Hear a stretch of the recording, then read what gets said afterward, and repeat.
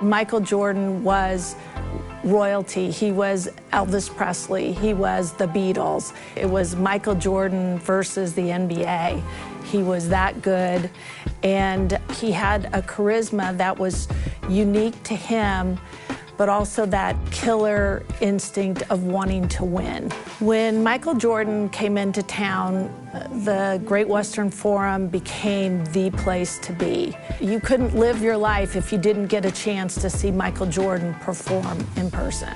When the Lakers and the Bulls faced each other in that 1991 finals, it was that moment where you could really say sports and entertainment were coming together.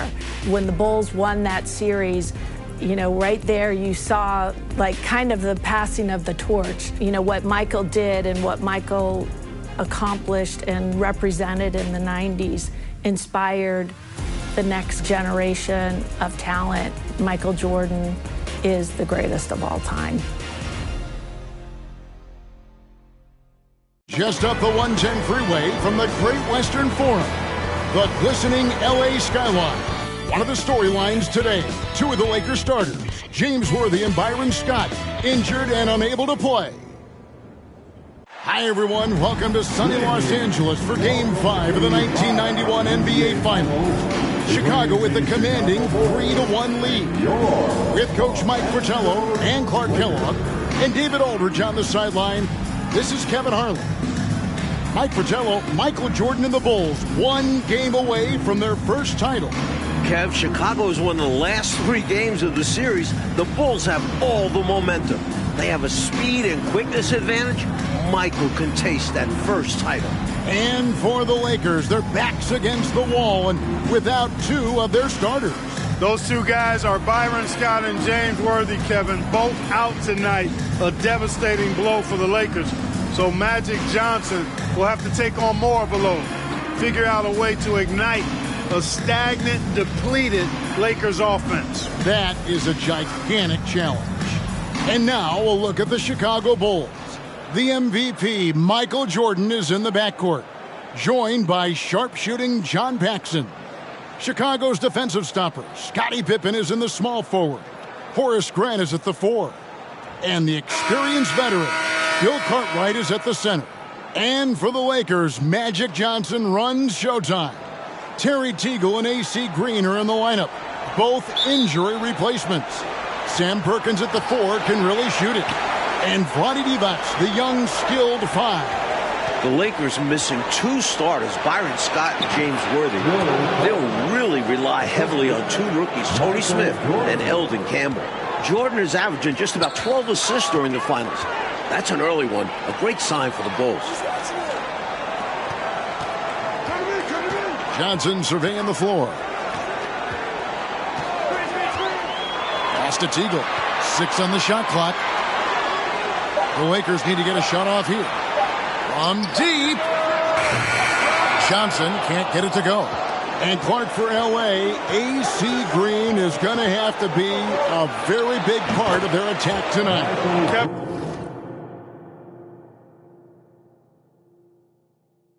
Been averaging just 4 points a game in these finals. AC was huge when the Lakers beat Portland in the Western Conference Finals. Brought a ton of energy. I think the Lakers need that version of him tonight. Oh, I would agree. And out of bounds as Chicago gains possession.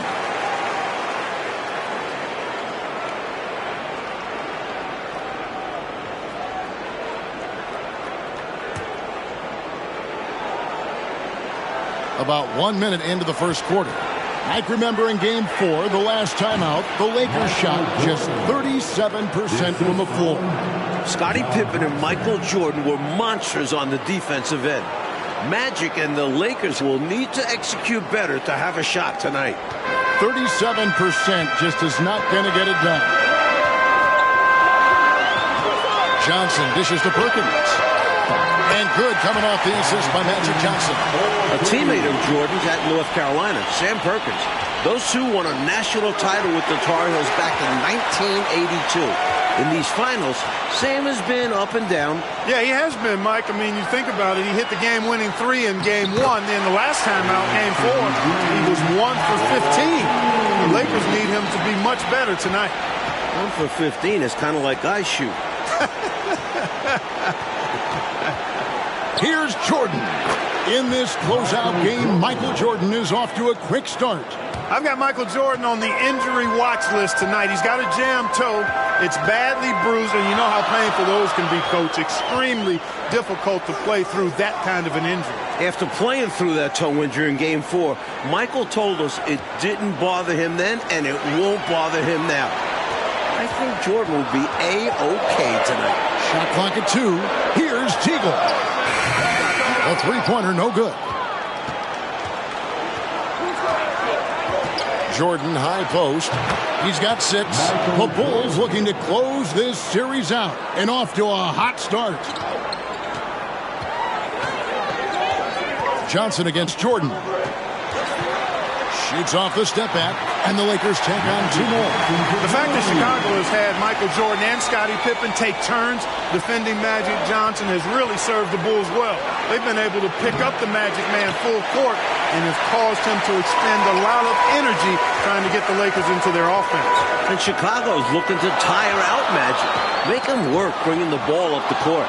Pippen and Jordan have done an outstanding job in executing that game plan. Michael Jordan can taste that first title, and he wants to end it tonight. Tell you what, Jordan's such a strong defender. Outstanding at reading the opposition and pouncing on those steals. Here's Teagle, guarded by Paxson. Johnson gets the bucket. Johnson's got his second bucket of the game to go. You know, they'll be looking for more of that. An easy layup right there.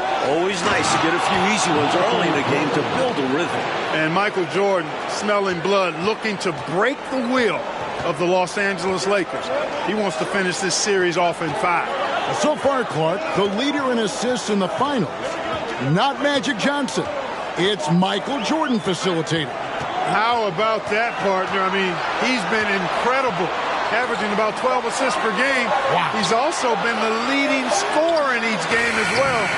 That's otherworld-like production. It is. Again, Chicago.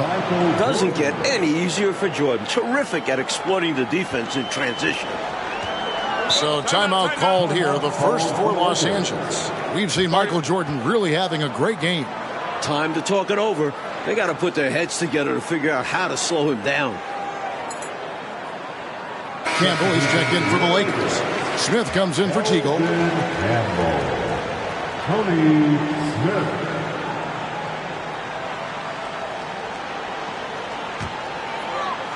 We've got 1:48 left here in the first quarter. Campbell, the pass to Johnson. Knocked away. Paxson with the steal. Game 1 of the finals, a Bulls loss, 18 combined points for Paxson, Bill Cartwright, Horace Grant. Games 2 through 4, Mike, those 3 averaging 42 points a game. That trio, the other Bulls starters, their success is essential for Chicago. The Bulls need scoring outside of Pippen and Jordan. Clearly proven. And too much time in the lane, they get called for the 3-second violation.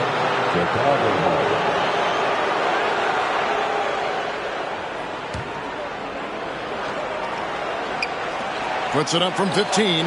Pulled the shot a little up, but the bounce goes his way. Jordan's got 16. Boy, they didn't waste any time, did they? They got going right away. They obviously had a plan coming in, and they've put it to good use.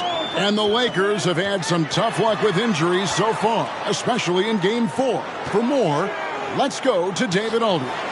Well, guys, the Lakers will be without their all-star forward James Worthy and their starting shooting guard Byron Scott. Worthy, of course, suffered a badly sprained ankle in the Western Conference Finals and re-aggravated it in Game 4 of this series. And Scott went down with a shoulder injury in the same game. It's going to take a group effort to make up for those absences. Guys? Well put, D.A. Both Worthy and Scott are crucial, Mike, to this Lakers offense. And not only their offense, those two guys have alternated guarding Jordan throughout the series. Without them, the Lakers have limited options defensively. What a season for Chicago. becoming just the 9th NBA team to win 60-plus games. Absolutely remarkable, Mike, when you look at it. 61 wins, a franchise record. This is the Bulls' first trip to the NBA Finals, and they're looking to finish this series off tonight. And it's blocked. A true anchor. Cartwright shows quick reflexes to come away with that block. Let's take a second look at that fantastic block. Superb anticipation on that rejection, and that'll allow them to stay on the lead if they keep defending like that.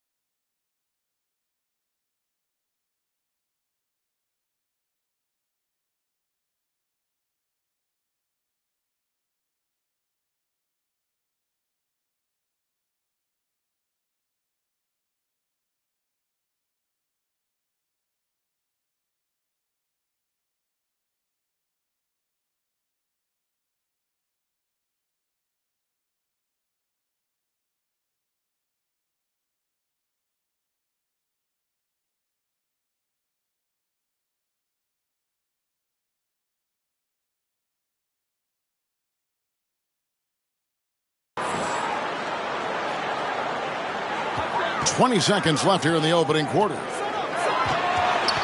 Paxson with the steal. Ball's knocked loose, and the ball goes out of bounds. Last touch by Jordan.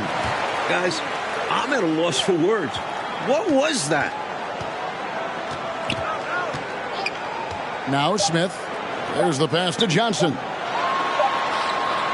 So in Game 4 of Finals worst, 37% shooting from the Lakers. And more of the same tonight. And so it's the Chicago Bulls sitting with a comfortable lead up by 14. Their strategy. Second quarter here in the 1991 NBA Finals, Game 5 with Mike Clark, DA. This is Kevin Harlan. Michael Jordan and the Bulls trying to close it out tonight. Lakers trail by 14. The leading scorer in each of the first 4 games of this series? Yeah, you guessed it, Michael Jordan. In the regular season, MJ led the NBA in scoring for the 5th straight year. Jordan cannot be stopped in this series. Devonts is out there with Perkins. Then it's Smith. Then it's Magic Johnson. And it's Green in at the 3, the small forward. That's the group for the Lakers to start the second quarter. Nice job on the interior. Cartwright shoots a high percentage because he takes quality shots. He never forces bad shots. And for Jordan Clark, it's not just scoring in these finals. It sure isn't, Kevin. He's averaging almost 12 assists per game, in addition to his usual spectacular defense. And with a closeout game on the line, I expect a monster performance from Michael Jordan. And if the Bulls win, he will clearly be your Finals MVP. And so it's Johnson who brings the ball up for the Lakers. It's a 16-point game. Just over 1 minute has passed here in the second quarter. And here we go. Fast break. Jordan's got it. And in this potential clincher, Jordan's so good at the start and looking for more. He is certainly a dominant player. Michael Jordan, when he's in the zone, unstoppable. Chicago's first trip to the finals, a franchise record 61 wins, and they have stormed through the playoffs, going 14-2 thus far. I don't think there's any question about it. This is certainly the best Bulls team ever. And the speed and quickness of the Bulls is a clear advantage, as this series has tempo. And it's good, 2 points. Smith's got 4 this quarter. Clever play by Smith against contact, finding a way to get his finish. And Mike, it looks like year 25 for the Bulls might just be their finest. And you look at the ages of guys like Jordan, Pippen, Grant. This is a Bulls team poised for sustained excellence. Step 1, closing out the Lakers. And as you know, closeout games are always the most difficult. They get a hand on it, and stolen by Jordan. And again, Chicago running the court in transition. I compared to Game 4, a significantly better shooting night tonight from the Lakers. An encouraging sign for the Lakers. They aren't forcing things up like they did last game. That's tipped and stolen by Jordan. Well, the matchup of the series, Mike, as we see two-time MVP Micheal Jordan going up against three-time MVP Magic Johnson. Again, as we can see, it's advantage MJ. The Bulls star has won that battle all series long. A huge reason the Bulls were in position to win the title tonight. And it has been entertaining. Smith with it. He's picked up by Pippen. And that'll be the Lakers as it goes out of bounds. Lakers retain possession.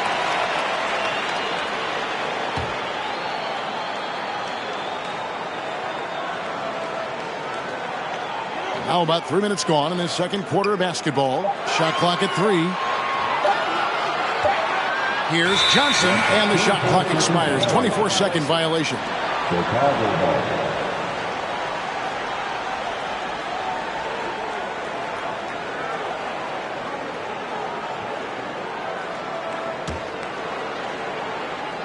Mike, Chicago leading this series 3-1, a win away from an NBA title. Micheal Jordan so close to that elusive first ring. Winning it all would take MJ's career to another level. Absolutely. And the Lakers call time here. Totally unacceptable, inexcusable, the number of points they're allowing inside. Yeah, coach can't be happy about that. They have to show more fight down there.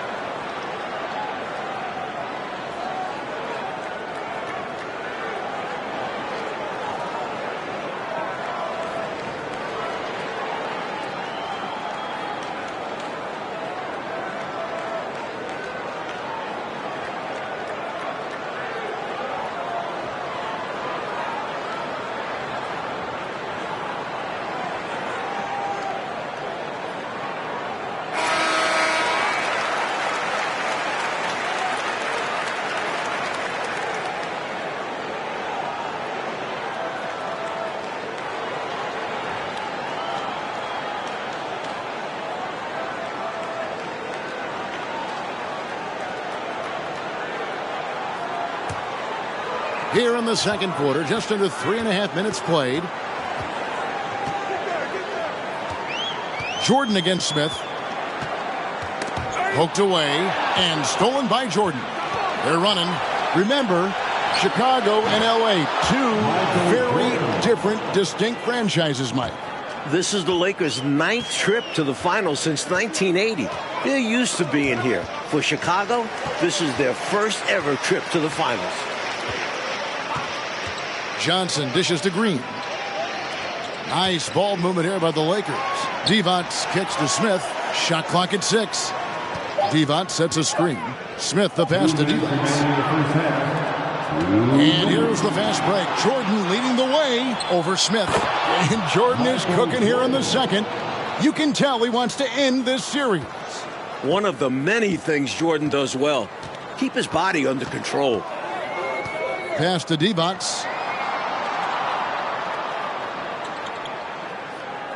Smith outside.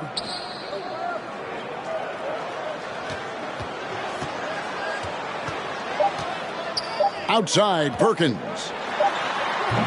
Offensive struggles continue, missing again. Here's Chicago. Their defense has only allowed 4 points in the quarter. The shot's good from Jordan. Growing up here in Inglewood, Eldon Campbell has to be on cloud 9 playing in the finals. The rookie was the Lakers' first-round pick this season. And the Lakers call time here.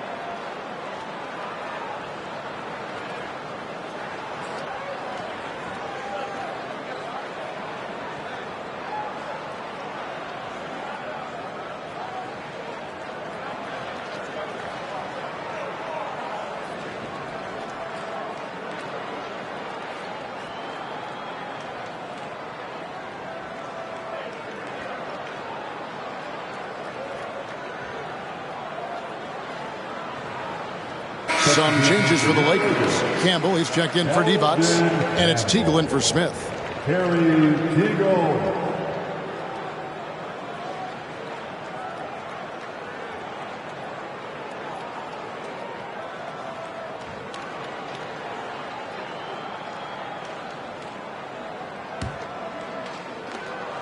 .115 left in the first half. And here is Johnson. Right side, Green. To the right side. Here's Teagle. Still getting warmed up offensively. No scoring hit from him. Again, the miss by the Lakers. The Bulls really doing a good job providing constant pressure on the ball, suffocating the Lakers offense. The shot's good. They've done a nice job keeping the intensity up, starting to pull away now. They know they can keep the pressure on and put this game out of reach if they keep at it. Here's Johnson to end the run, and the basket by Teagle. This is what he brings to your team. The ability to turn misses into makes, pile up second chance points. Pass to Cartwright. We have seen it over and over again in this series. Michael Jordan sharing the ball and involving his teammates on every play. Coach, a tough stretch for this offense. I'd say they need to get back to what they do best. Right now, that's a question mark. A big question mark. Chicago making a switch here. Armstrong's checked in. Pass to Cartwright. That drops, and it comes off an assist from Jordan. Jordan's got assist number 10 tonight with that last one. Tipped away. Jordan with the steal. Drops in the layup for 2. Jordan's got 12 points now in the quarter. Boy, are they locked in on offense, knocking down every shot right now. And the other team has to step it up on defense. No excuse letting them torch you like this. Michael Jordan getting it done for Chicago. He caused a lot of headaches with his defense that quarter, coming up with steals again and again. Right back after this break.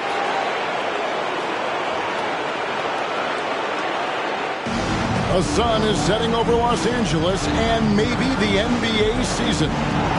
This is Game 5 of the 1991 NBA Final. Second half here from Inglewood. The Lakers looking to extend the series. Chicago wants it to end.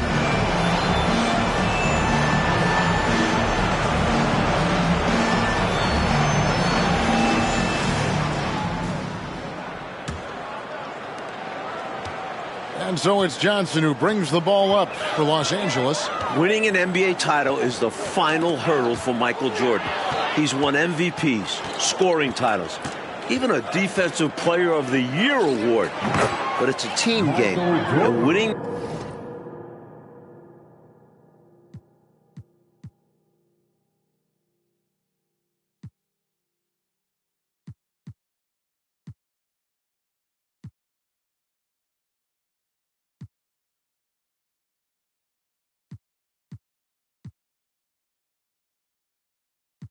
This series is the last thing for Michael to accomplish. So starting the second half, here's who Phil Jackson has on the floor. They've got John Paxson. Pippen is out there with Grant. Then it's Cartwright, and it's Jordan in at the shooting guard.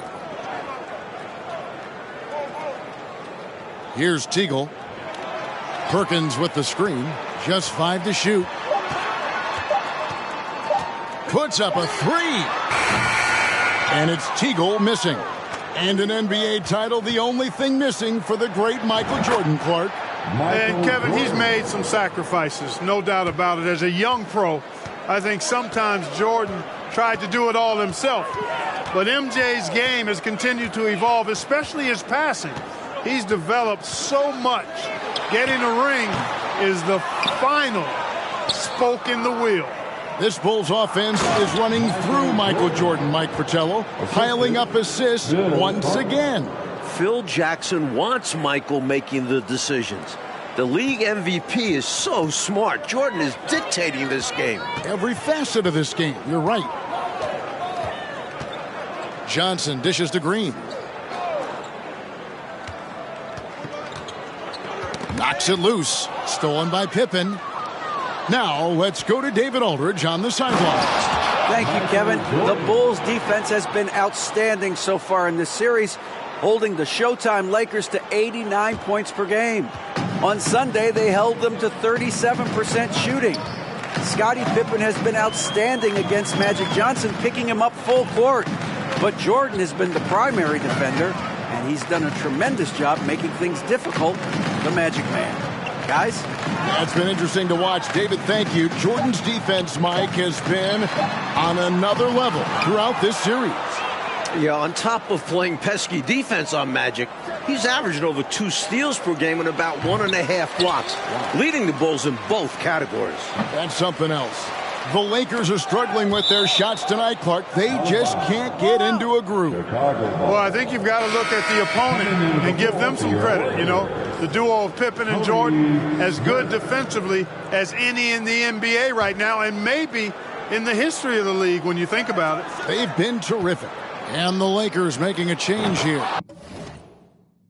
Smith has checked in. Hard to defend MJ any better than that.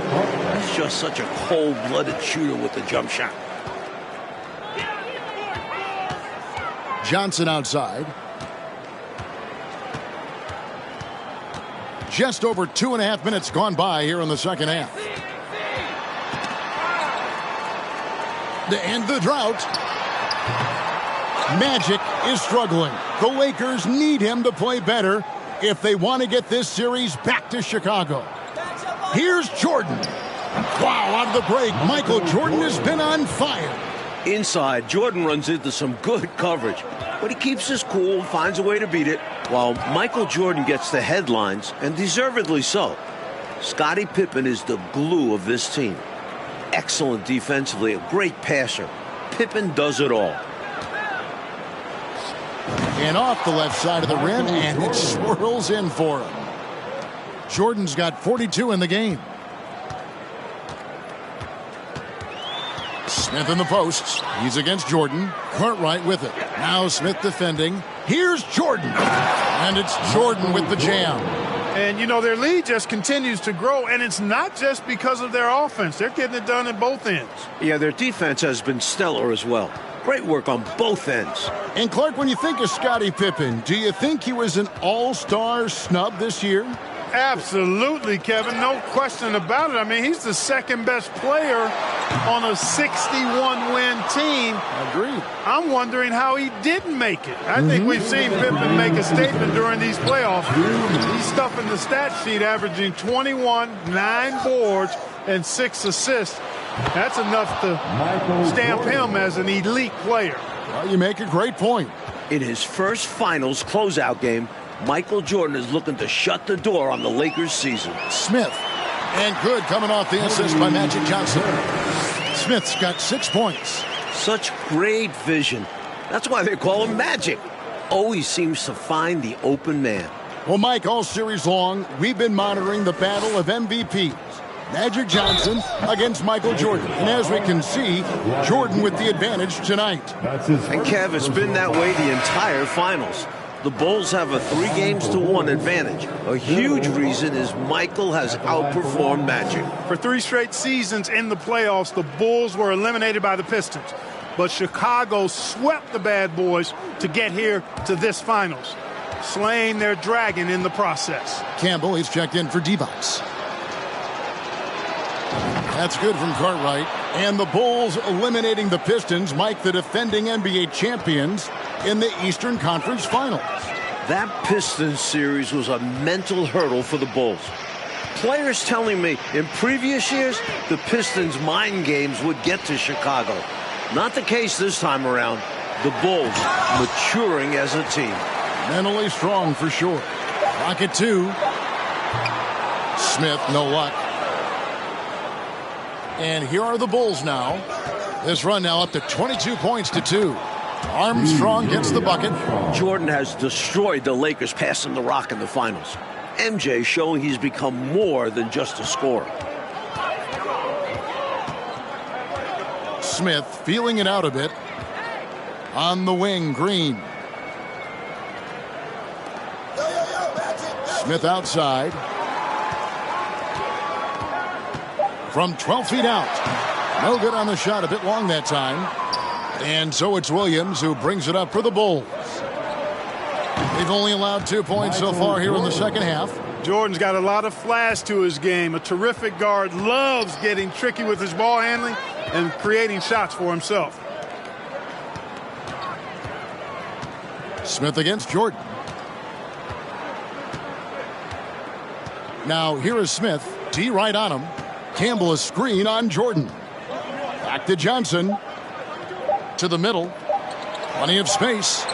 Yep, that one goes. Confident play from Campbell inside, using his physicality to find the shot. And so it's the Chicago Bulls holding an unbelievable lead as the quarter wraps up. They've got a big advantage in the turnover stats because of their intense defense. We come back right after this.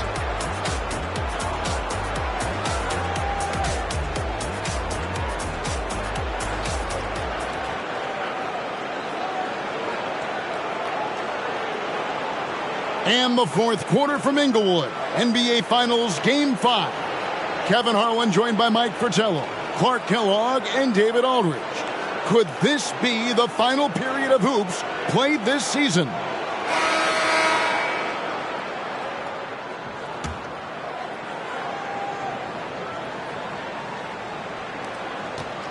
And here are the Bulls now. Over the last 11 seasons, 5 titles for the Lakers, 9 trips to the NBA Finals. However, it feels like their time just might be up. LA has a roster that is getting older. So with Johnson on the bench, this is Mike Dunleavy's lineup. Teagle is out there with Drew. Then it's Green, then there's Campbell, and it's Thompson in at the center position. With an eye on the finish line, Michael Jordan has been incredible tonight.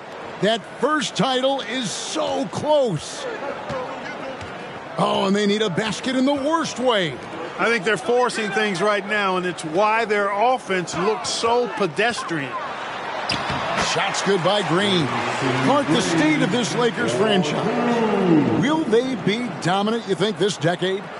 Kevin, it's going to be hard to sustain this level of excellence. I mean, Magic and Worthy getting older. This series, to me, feels like a changing of the guard in the midst. Jordan with the ball. 6 to shoot. And it's Chicago scoring again. Mike, what about these passing numbers of Michael Jordan? I mean, absolutely fantastic. Sometimes it's hard to believe, Kev. Michael is controlling the ball, controlling the game. Jordan's willingness to give up the rock. It is the big reason the Bulls are close to the title. Now Purdue. Now the pass to Jordan. Over Green. And Jordan doing what he does best. Owning the fourth quarter. An effective score from the in-between area of the court. Jordan doing his thing. Here's Drew. He's guarded by Hodges. Campbell inside. Banked in off the glass. You can tell he scanned the whole floor and found the exact right guy to feed. Here's Jordan. The Bulls defense, Clark, has come to play again. Pippen and Jordan are relentless. They sure are. Seems like they never get tired, Kevin. I mean, they work so hard on that end of the floor. They've stifled this talented Lakers attack.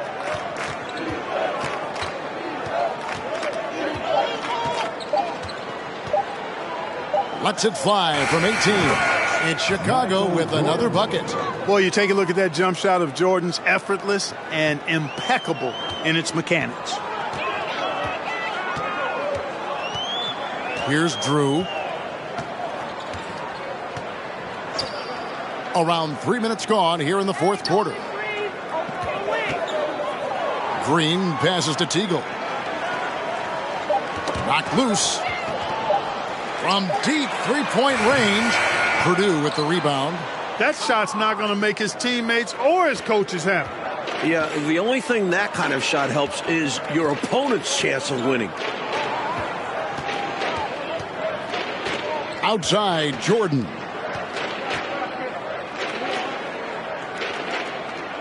Tries it from 19. That one goes in. Jordan's got 12 points now in the quarter. They're not just on fire. Nothing is getting in their way on offense. It's practically supernatural. The defense is trying everything. Here's Drew. He's guarded by Hodges.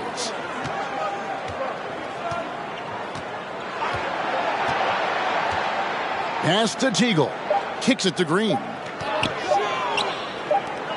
And there's the shot clock violation. Couldn't get the shot off in time. And now let's take a look again at that incredible rejection. Such great timing, defensive awareness too.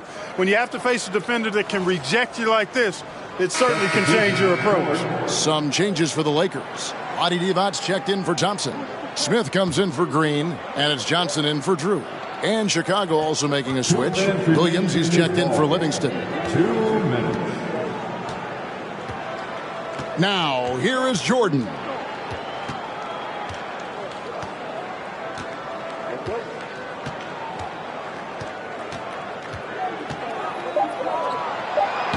Purdue in the post, defended by Divac. Here's Jordan. Hangs in midair and converts on the double clutch layup. Nicely done by Armstrong. There recognized the overcommitment from the defense. Got his teammate a nice opportunity.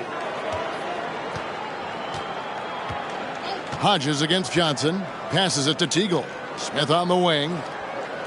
They could use a bucket, and that'll be the Lakers as it goes out of bounds. Lakers retain possession.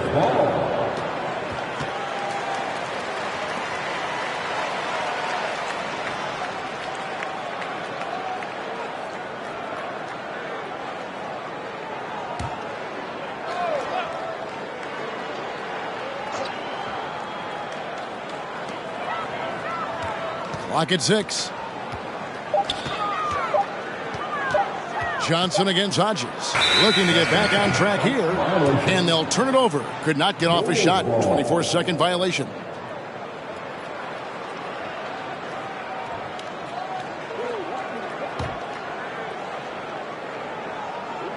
Here's Chicago. They're on a 14-4 run. A nice shot by Jordan. Zero hesitation. Jordan showing complete confidence in his shooting ability. 1:07 left in the fourth quarter of this one. Smith on the wing. That's tipped. Jordan deciding where to go with it. Over Johnson. And again, it's Michael Jordan. And this run has helped seal the win. Give them credit for executing down the stretch. Nice work. They double him with Jordan. Here's Smith. And the layup's good off the glass. It's all about agility for Smith inside. That's how he gets to a close-range look. Unable to get the ball in bounds. They get called for the 5-second violation.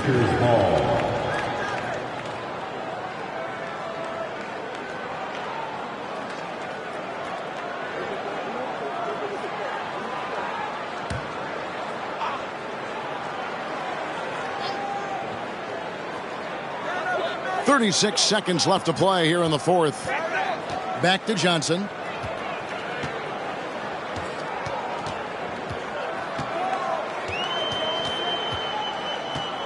Pass to Teagle. Smith outside.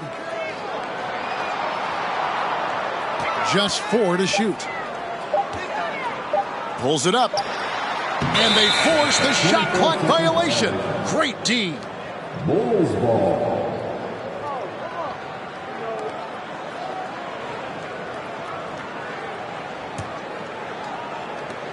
12 seconds left in the fourth quarter.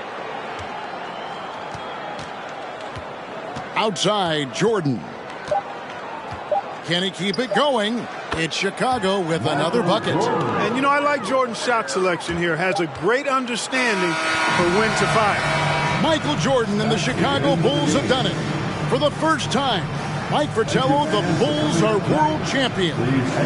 Michael Jordan has answered the doubters. He can lead a team to a title.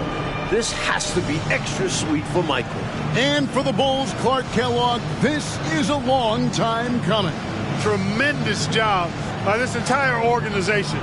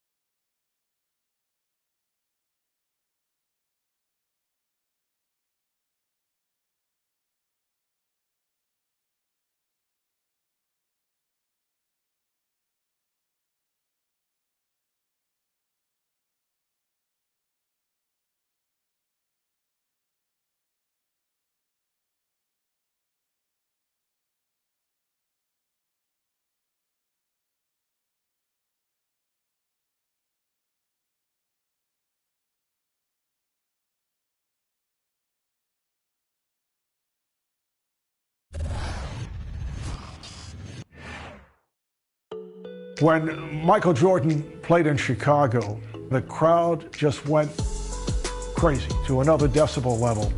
And I'd get the chills every time. He played with such a fury. He was electric on the court. Before the shrug game, the game against Portland in the NBA Finals, the public relations people couldn't find Michael. The reason was he was on the court taking three-point shots, and he was not noted as a three-point shooter. We asked him about it. He said, well, you know, you never know when a three-point shot might come in handy. Obviously, he had figured something out, that he was going to surprise them, but you have to hit the shots.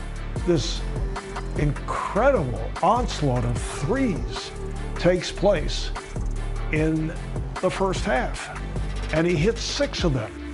That was unheard of at that time for anyone. He looks over at our broadcast table and gives that shrug. And I think what I took out of that most, it showed his humility, that he could not believe that he hit 6 three-pointers. That was, I thought, one of the incredible moments in playoff history. I would have to go with Jordan as the GOAT.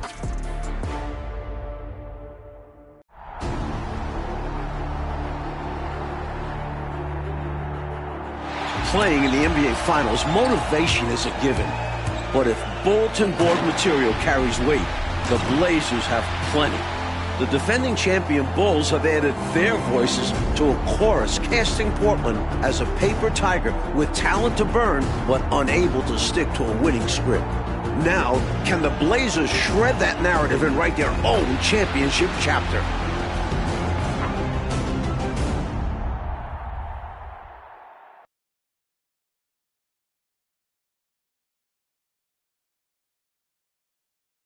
A look at the beautiful fountain of the Great Lakes in Grant Park as the Bulls look to pour it on against the Blazers. Now it's time to hear the starting lineup from tonight's PA announcer, Ray Clay.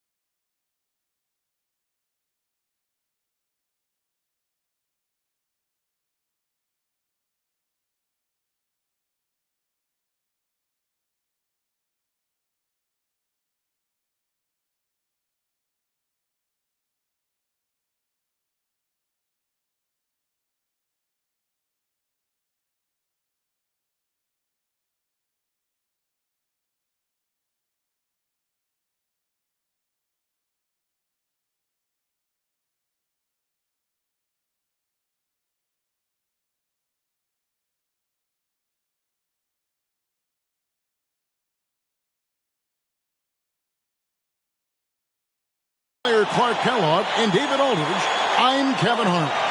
And Mike, a Blazers team that some have questioned. What is their mentality? Well, they've made it clear. They're out to prove a point that they're ready for this moment and that they can deliver in the clutch. And the two leading stars for these teams. Clark, it's Clyde Drexler and Michael Jordan. Their games invite comparison, I think. They sure do, Kevin. A lot of similarities when you look at them, from their age to the versatility and athleticism of their games.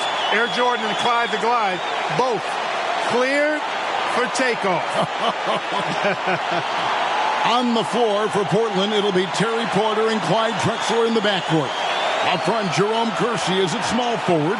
Buck Williams at the 4. Handling the low post is Kevin Duckworth. For the Bulls, Bill Cartwright is at the center. Scottie Pippen and Horace Grant man the front court. John Paxson is at the point. And, of course, at off guard, it'll be Michael Jordan. And the Blazers certainly motivated to answer their detractors. That's a question they know can't be answered with words, but rather with their performance on the floor. Now, here is Jordan. They get it back on the wing. Jordan from the arc. The Bulls keep it alive.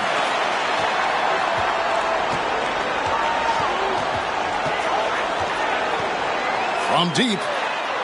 Drains it from beyond the arc. And Clark, the Blazers like to play a much faster pace than the Bulls. Certainly, Kevin, they will be looking to push the tempo. You can count on that.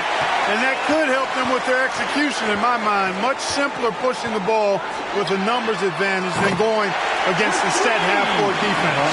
Oh, great scouting report. And in my mind, the most fascinating individual matchup in this series is Drexler going up against Michael Jordan. Jordan's going to have his work cut out on the defensive end. Yeah, I could not agree with you.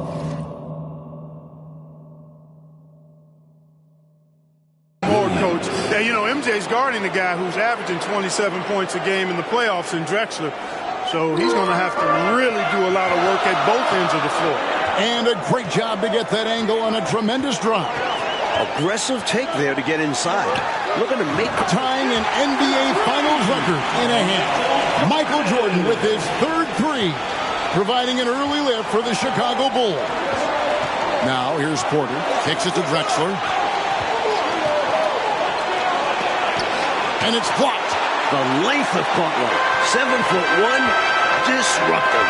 Jordan's matching with Drexler. Clyde averaged 25 points per game in the regular season. A 4 3-pointer falls for Jordan. The NBA Finals record is 6. He's knocking on the door and getting oh so close. And Mike, after his poor shooting night last time out, everyone wondering how Michael Jordan will respond tonight. Okay, we'll see very shortly. Sometimes that only helps to fire him up. Opponents are scared of Jordan coming off a bad game. He goes out there trying to prove himself all over again. And usually is successful. On the clock, here's Duckworth. His 3-pointers off the mark. Defense got all kinds of fortunate right there. Usually he takes full advantage of that situation. I'm sure that triple gives Jordan 5. Michael Jordan is just 1 3-pointer away from an NBA Finals record. Drexler against Jordan, and it's blocked. Out of bounds, Trailblazers ball as Portland keeps possession. And we have to take another glance at that powerful rejection. Tell you what, early in the game, these kinds of plays can really set the tone.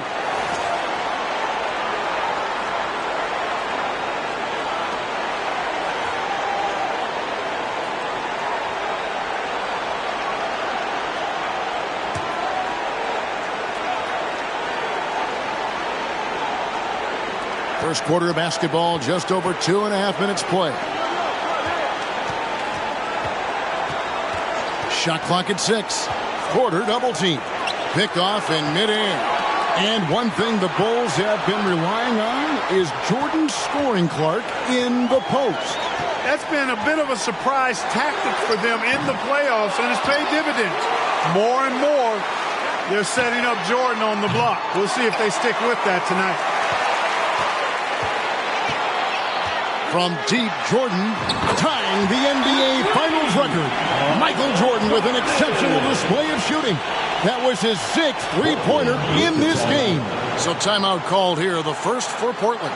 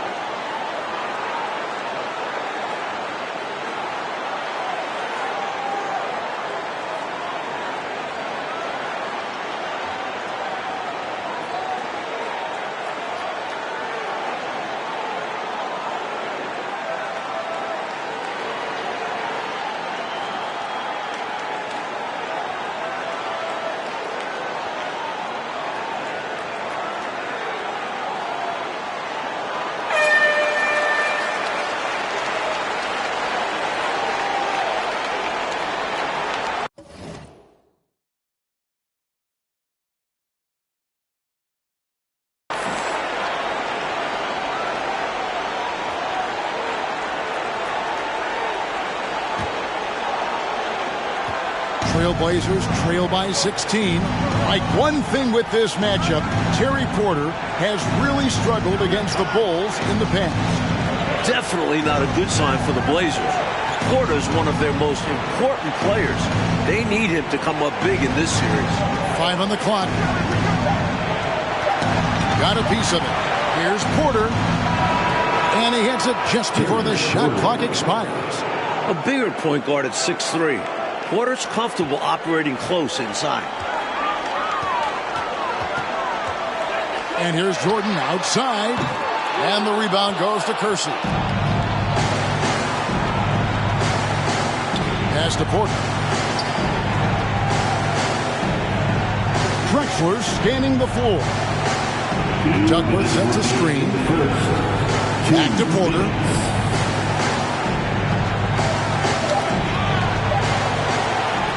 And here we go. Jordan going to the hoop. And David Aldridge, a war of words preceding this series. And for more, let's send it over to you. Thanks very much. Now, the Bulls have been playing some mind games in the run-up to the finals. Coach Phil Jackson was blunt in saying that the Blazers play in spurts and are prone to self-destructing. When I spoke to Portland coach Rick Adelman, he refuted that, as you'd expect. He pointed to their stellar record the past few years as proof. Guys. He's got a point, David. Thank you. And Michael Jordan backed up Jackson's comments, Mike. When you've got an opposing coach and star player taking shots at you like that, it can either motivate or rattle a team.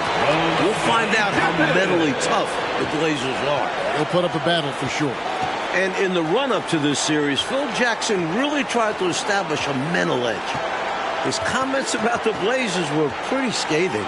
I don't think there's a coach that's been any better at jabbing the other team. We know how Phil Jackson operates. The Blazers, though, are a tested and veteran team. Phil's remarks possibly could backfire, being just what the Blazers need to get out to a fast start. From the tip, this team has flexed its muscles and shown its dominance. What a start, particularly on the offensive end. Porter against Paxson. Porter looking it over. 5-second differential between the shot clock and the game clock. Jordan is now closing in on the most points in an NBA Finals half. Can he get to 33? Got his hands in the passing lane that time. Paxson creating scoring opportunities many different ways. And Portland turns it over again. So for the Bulls, Williams comes in for Grant. Armstrong subbed in for Paxson. Portland also making some changes. Ryan is checked in for Williams. Robinson comes in for Jerome Kersey. And Pack subbed in for Porter. It's good. Jordan's got 28. Right from the start, they set the tone and were the more dominant team. I love how they've looked right from the tip, doing an amazing job building this lead. Here's Drexler. off with the layup. And so it's Michael Jordan making things happen for the Bulls. A grand total of 28 points for him in the game now. They have no answer for him defensively. We'll get right back to the action when we return.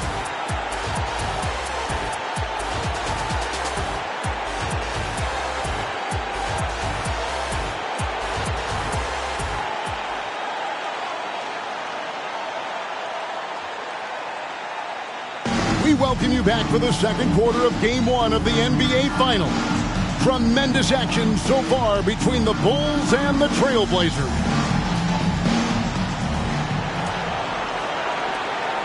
And with Jordan leading the way, the Bulls won their first title last year. I'm not sure they'll have to wait long for another one. We've got Armstrong. Livingston is out there with Pippen. Then it's Jordan. And it's Williams at the center locking down the middle. That's the Bulls 5 as we get into the second quarter.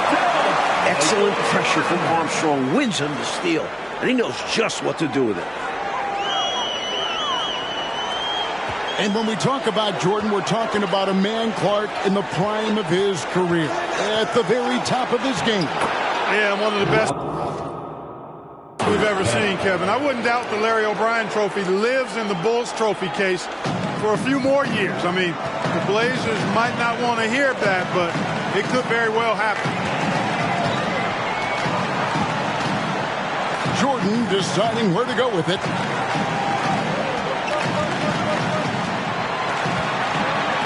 Down to 5 on the shot clock. 14 feet away.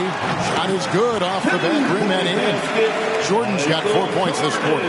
Mike, I'd say any questions about Jordan's bad wrist have now been answered. It's not affecting him at all, and he's taking advantage of some really soft Portland D. By the look of it, Michael Jordan now holds the NBA Finals record for most points in a half. This is certainly a night to be remembered in NBA history. And it's the Trailblazers with the ball. Coach, they're ice cold on the offensive end. Well, something has to change. Here's Pat. Poke loose. 6 on the shot clock. Robinson passes to Pat.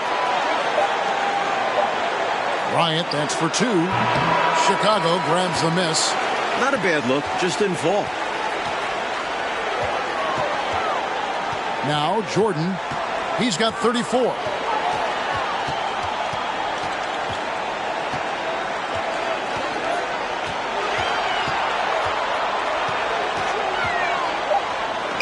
And the Bulls tack on 2 more. Another big night for Jordan. What a natural scorer he is. MJ simply can do it all. And right away we can see the one-on-one battle, Mike, between Jordan and Drexler is going to take center stage. And not in the way Clyde wanted. Jordan's been toying with him. If this is how their matchup is going to go, the Blazers are in trouble. Big trouble. And the Bulls might be a little short on the bench. Craig Hodges has been limited with a bad ankle.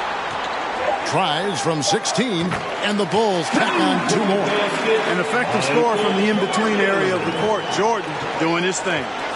Time called here. The Blazers decide to talk it over. And Clark, as for Hodges, he might not play a lot of minutes now with that injury, but he certainly, when he does play, he's a catalyst for them. Yeah, Kevin, he's really an instant offense guy. I mean, can come in and knock down big three-pointers if the offense needs it, but unfortunately, the Bulls might not have that usual spark of his off the bench.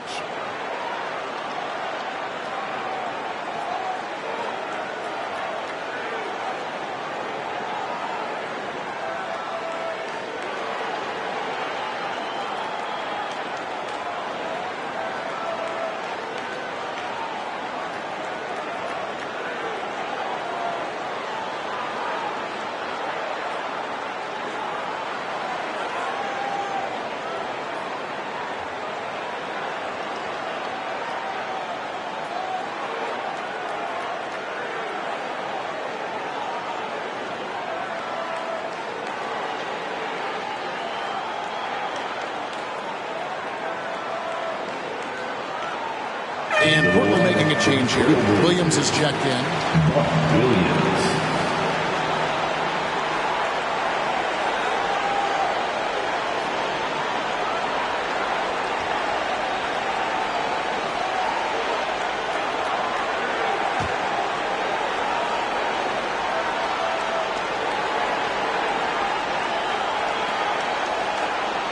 to Pack. Quarter number 2, around 3 minutes gone by. Drexler outside. 6 to shoot. Over in the corner, Williams. Hey, this is a pretty funny story, you think about it. After Chicago drafted Jordan in 1984, he flew into town, but they didn't have anybody at the airport to pick him up. A chauffeur at the airport recognized him and offered him a ride. I bet you the Bulls figured out how to take better care of Jordan after that. They can't miss on an absolute tear. This is a thing of beauty. Perfect offensive basketball. Here's Pat. He's covered by Armstrong. Robinson on the wing.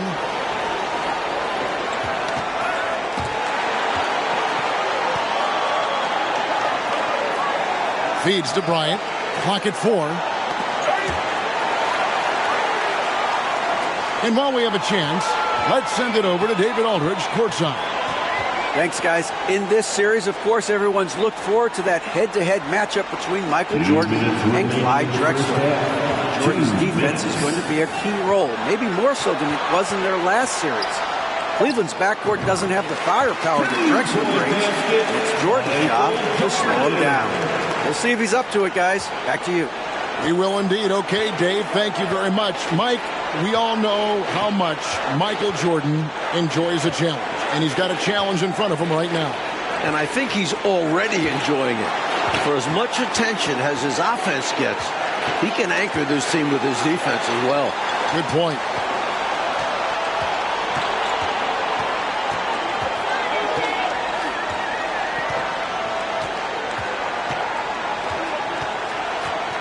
.114 left to play here in the second quarter. Clock at 6.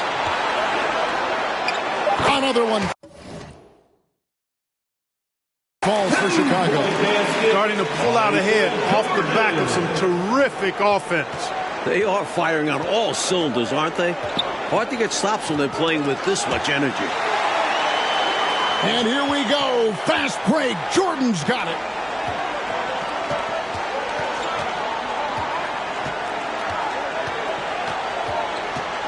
.43 seconds left in the first half. And they double up Jordan. Over Drexler. And again, it's Michael Jordan. Jordan's got 46 points. Defense knows they have to guard Jordan close, but even that can't rattle his commitment to the play. Back passes to Williams. The feed now to Drexler, trying to get something going, and it's good on the layup. Drexler's got his second basket. Getting enough shots in close to play inside out. And so it's Pippen with it. He brings it up for the Chicago Bulls. Their defense has only allowed 4 points in the quarter. Outside, Jordan. 5 to shoot. Over Drexler. Michael Jordan again. Jordan's got 48. And Jordan's jumper simply wet.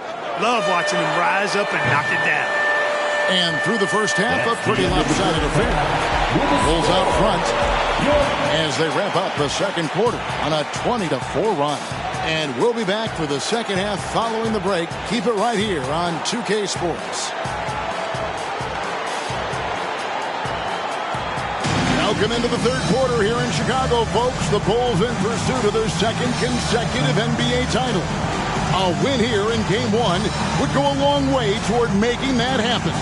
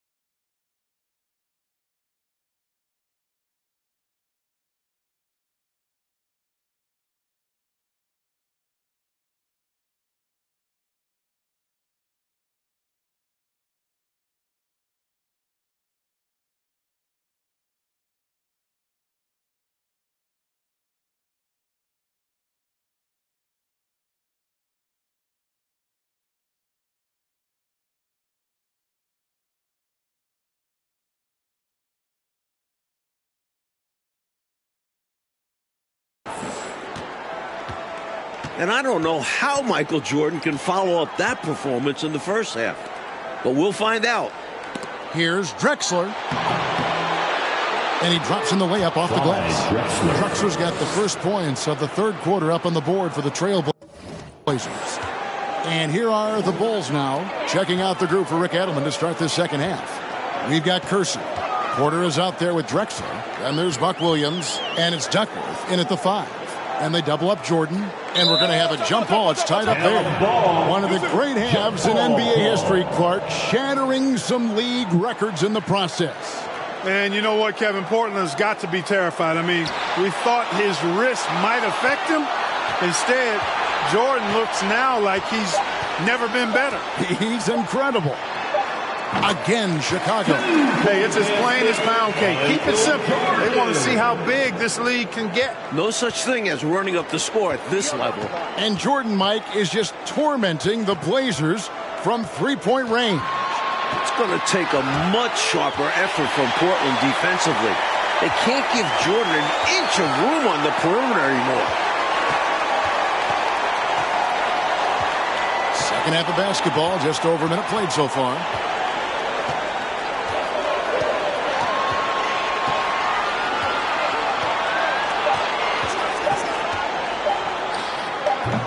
Williams against Cartwright.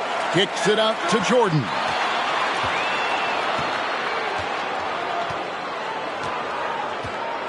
Jordan is doubled. Out to the wing. And here's Paxson. Nothing yet on the scoreboard for him. And Jordan gets it to go. Jordan often gets his hoops off the dribble, but he also is capable as a catch-and-shoot guy. That's tipped. Pippen with it. Now guarded by Porter. And now around 2 minutes gone by in this half. How about this, guys? If the Blazers had taken Jordan in that 84 draft, their backcourt could have been MJ and Clyde the Glide Drexler. How about that for a twosome? And here's Jordan outside. On the wing, Jordan. Jordan is doubled. And there's the pass to Pippen. Back to Jordan.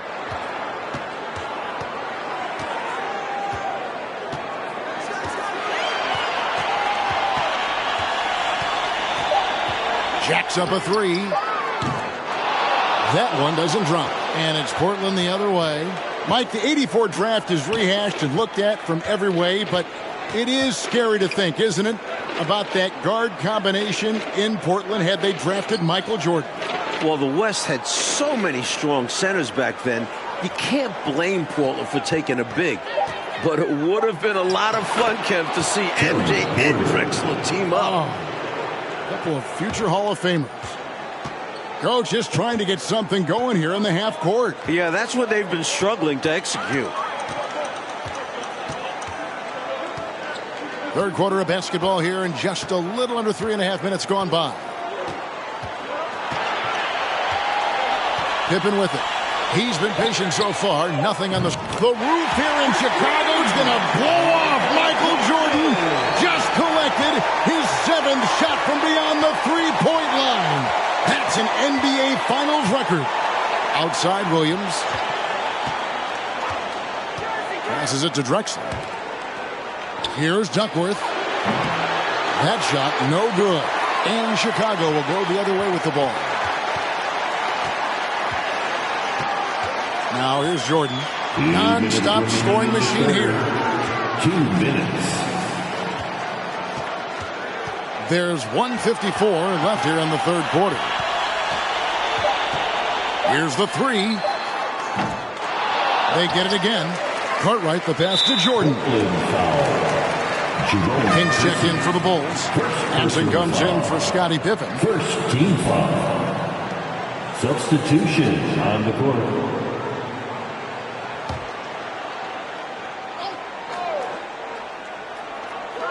.143 left in the third. Here's Jordan.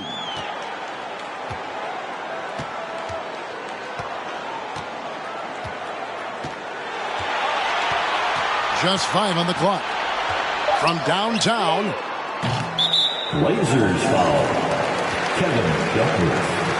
First personal foul. First trip to the free throw line for him in this one. Team foul. At the line for your Bulls, Stacey King. 2 shots.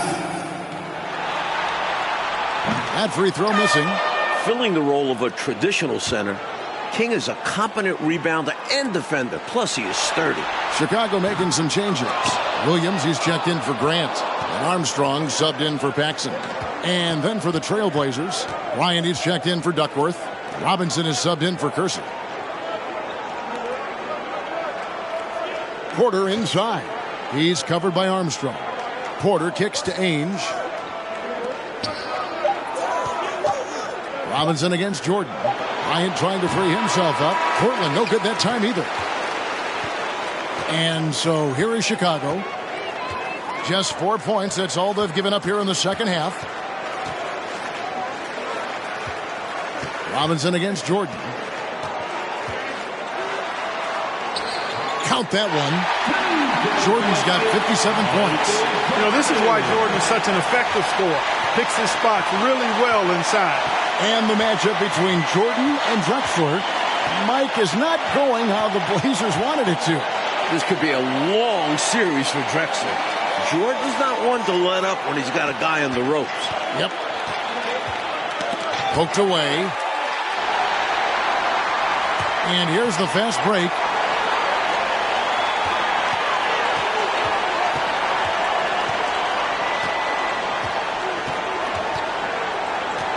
Driving the lane, puts it up from 15, and the Bulls tack on 2 more. Basically been all him. I mean, he scored most of the points himself. And so it's the Chicago Bulls enjoying the kind of gigantic lead you almost never see. They've had active hands and have forced a lot of turnovers in this one. We'll take a quick break and then back to the action here.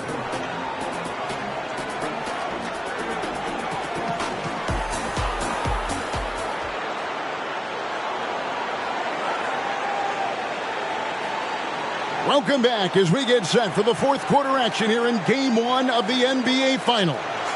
Portland and Chicago both trying to jump out to an early lead in this series.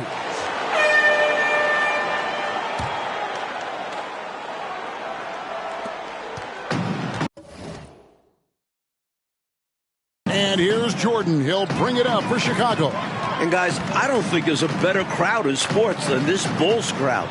They can make it deafening in here. So with Pippen sitting on the bench, this is Phil Jackson's lineup. They've got King. Hansen is out there with Armstrong. Then it's Jordan. And it's Purdue in at the center. Jordan. That one a tad offline to the right, but drops in for him. And when you've got a crowd this enthusiastic, Clark, and a player as exciting as Michael Jordan, that is a pretty potent combination. Combustible is a word that comes to mind.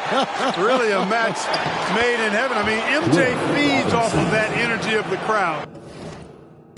And when he needs a boost, they give it to him, and vice versa. And Jordan's three-point output has been a huge story once again here tonight. And that's not usually where he makes his mark. If he continues to pour it in from long range the next few games, the Blazers will have their hands full. Absolutely.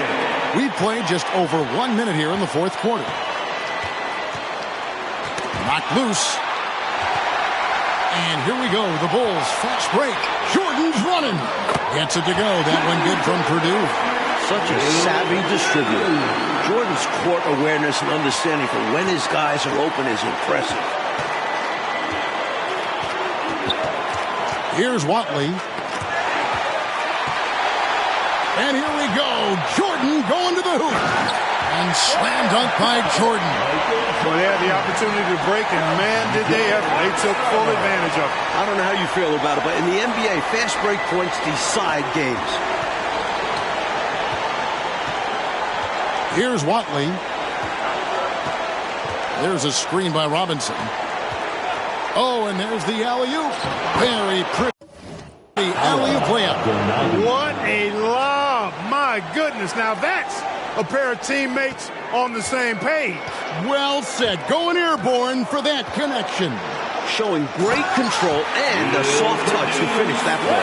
And for all the talk of the Blazers' tendency to self-destruct late in games, this is a team with plenty of playoff experience. And here's Portland.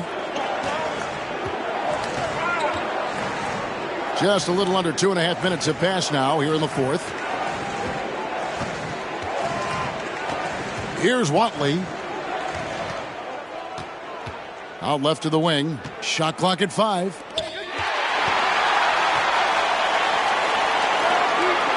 And Jordan throws it down. Their offense has really stood out. They're piling up the points and torching this defense. I like how under control they've been on offense, keeping things simple and running their plays well. And you talk about the Blazers' playoff experience, Clark. It's up and down the bench. You're right, Kevin. It's not just the core guys. I mean, they've got players like Ainge, Cooper, Buck Williams. I mean, these guys are veterans with years of postseason games under their belts. And right now, let's watch that terrific swat. They're determined to add to the lead, not with more offense, but with big-time defense. Paxson is checked in for Chicago. And a switch here also for Portland. Pax checked in.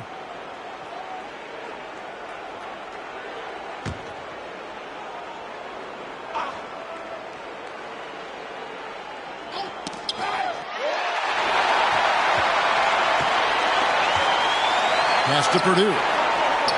Good, and it's Jordan picking up the assist. Jordan's got his 4th assist with that last one here tonight. Look at the clock, a little under 3.5 minutes gone here in the fourth. Here's Watley. Pass to Pack.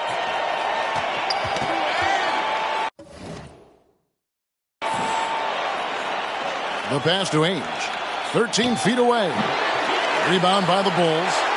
And the D got super lucky he didn't drain that one. Now Jordan.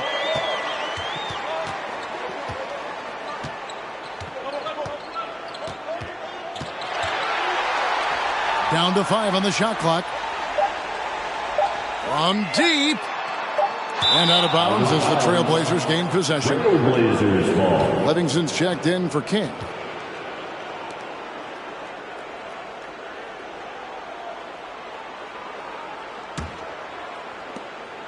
Two minutes remaining in the game. 1:58 left to play in the final quarter.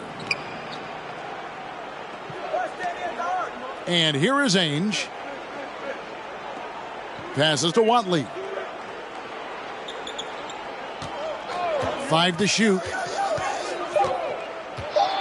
To end the cold streak. Bryant passes to Watley. Knocked away. Outside, Jordan.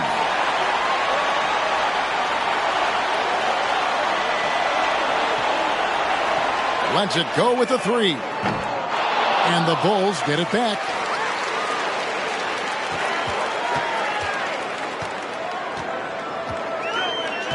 Lets it go from deep. The rebound by Bryant. And so Bryant will bring it up for Portland. There's a minute left in the game. Here's Watley. Pass to Abdelnaby. Portland no good that time either. Outside, Jordan.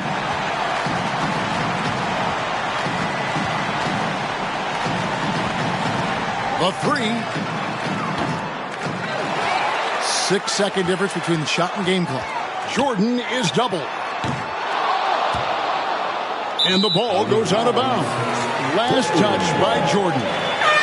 Substitution on the court.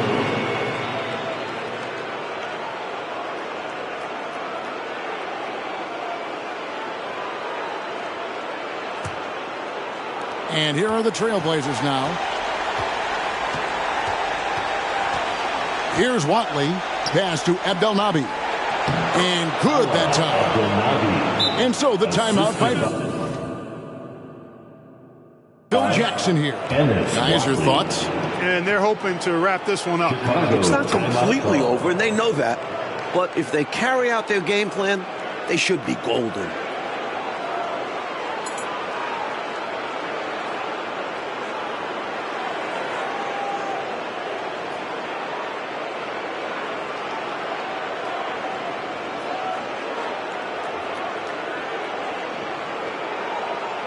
Into the lineup for the Trailblazers, Buck Williams.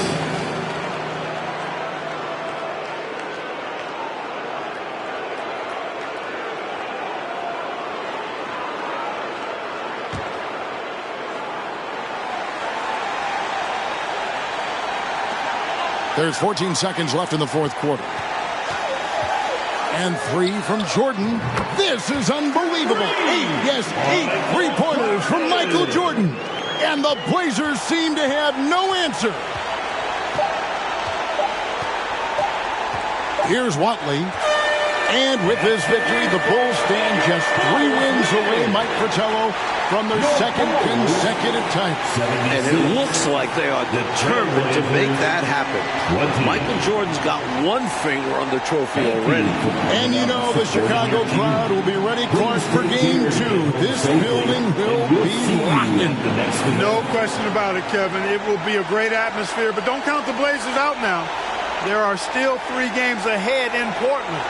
And that building has its own set of problems for the opposition. Well, you've played there. No one should know better than you. Yeah, it's a tough spot. Great fans, but they're hard on the opponents. So for Mike Fratello, Clark Kellogg, and David Aldridge, and our entire 2K crew, this is Kevin Harlan thanking you for watching this 2K Sports presentation of the NBA. And we'll see you next time.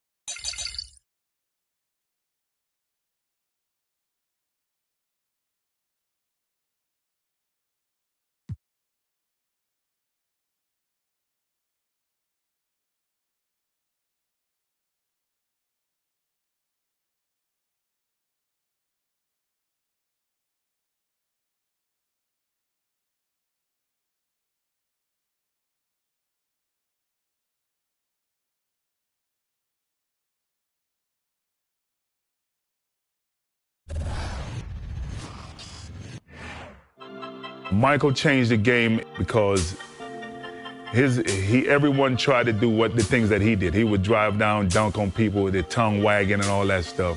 What he became, the evolution, I mean, it was like, wow. When you have a guy with the kind of notoriety, the kind of popularity that Michael has, it's good for the whole entire league. You know, y'all keep calling it the double nickel game. He dropped 55, and you know, he made a move to get to the free throw line, and I thought he was going up for the shot, and I go to try to block the shot. He dishes it off to Bill Winnington. He dunks it. That game was the coming out party for him. You know, he showed the league, the world, that he was still great, and he went on to win 3 more championships. According to him, he retired for 2 years to give the rest of us an opportunity to try to win a title. And according to him, I didn't take advantage of it, so he had to come back to show the world that he's the man. The great city of New York is our host today as we settle in for the action here in the home of the Knicks. Good evening, everyone. Welcome. With Clark Kellogg and Coach Mike Fratello, this is Kevin Harlan. On our sidelines tonight, reporting David Aldridge. We've got a major game on the road tonight for the Bulls. Mike, they're taking on their Eastern Conference rivals, the New York Knicks. And it's Michael Jordan who really has his work cut out for him in this one. Only his 5th game back since his big return. And he has to take on a very physical and intimidating Knicks squad. I think this game cannot get enough buildup. It's going to be a beauty. Clark, let's widen the lens and look at the bigger picture. This game has potential conference implications. Yeah, you know, Kevin, you're right. For both teams, this game is a twofer. So a chance here for either team to protect or improve where they are in the standings. And because of that and just the fact that these teams are so competitive, it's going to be a hard-fought, entertaining game. Going over the starting lineups for the Bulls, it's B.J. Armstrong at the point. Then the dynamic duo of Michael Jordan and Scottie Pippen. Then it's Tony Kukoc at the 4. Down low, they've got Will Perdue. For the Knicks, they'll start off with Derek Harper and John Starks in the backcourt, with Anthony Bonner and Charles Oakley at the 3 and 4. And at center, Patrick Ewing. It's going to be interesting to see how Jordan takes on this Knicks team. Will he try to outsmart New York, or is he ready to go toe-to-toe? And then slammed in by Jordan. This is why so many love watching Jordan play. Such an explosive dunker. They get a hand on it. Takes it inside, and Jordan slams it in. Did you see that? Jordan putting on a show, folks. You know, Clark, big challenges historically have a way of bringing out the best in Michael Jordan. And, Kevin, I think that's exactly why this is a game people have circled on the schedule for a while. This atmosphere, taking on a rival on their home court, you know that gets the competitive juices of Michael Jordan stoked up. Yep, that's what drives him. You're right. Jordan's gone 3 for 3 from the floor. Something we expect to see Chicago doing in this one, Clark, is trying to stop Starks from sinking three-pointers. Yeah, because if he gets going from behind the arc and finds a rhythm, that could mean real trouble for the Bulls. So I think they'll try to run him off the line and keep him from knocking down threes all game long. That'll be a chase to watch. Here is Harper. The Bulls getting the bucket.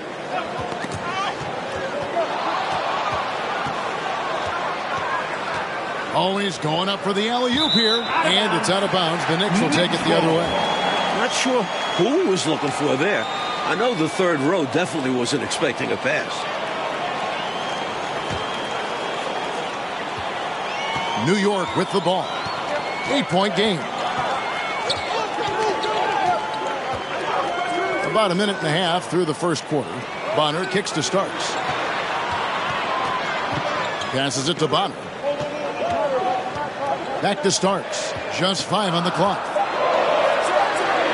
And it's off the back rim. No good. Big expectations for Michael Jordan tonight, Coach, especially on the offensive end of things. Yeah, people are hoping his explosiveness returns. They want to see the guy who can drop 40-plus points in a night like it's nothing. And he drives in. They get it back. Inside.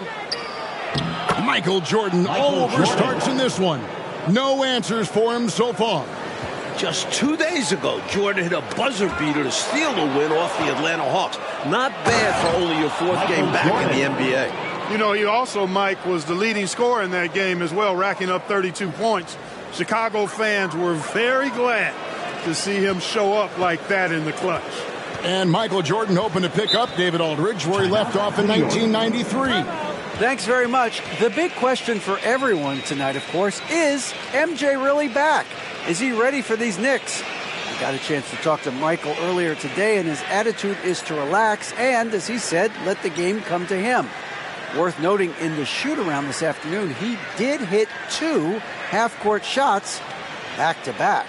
Maybe that's a sign, guys.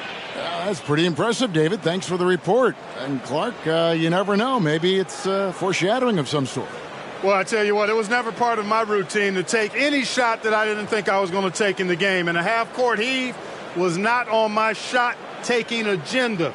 But I do think it speaks to Jordan's confidence coming into this one. And feels he can do anything. He can.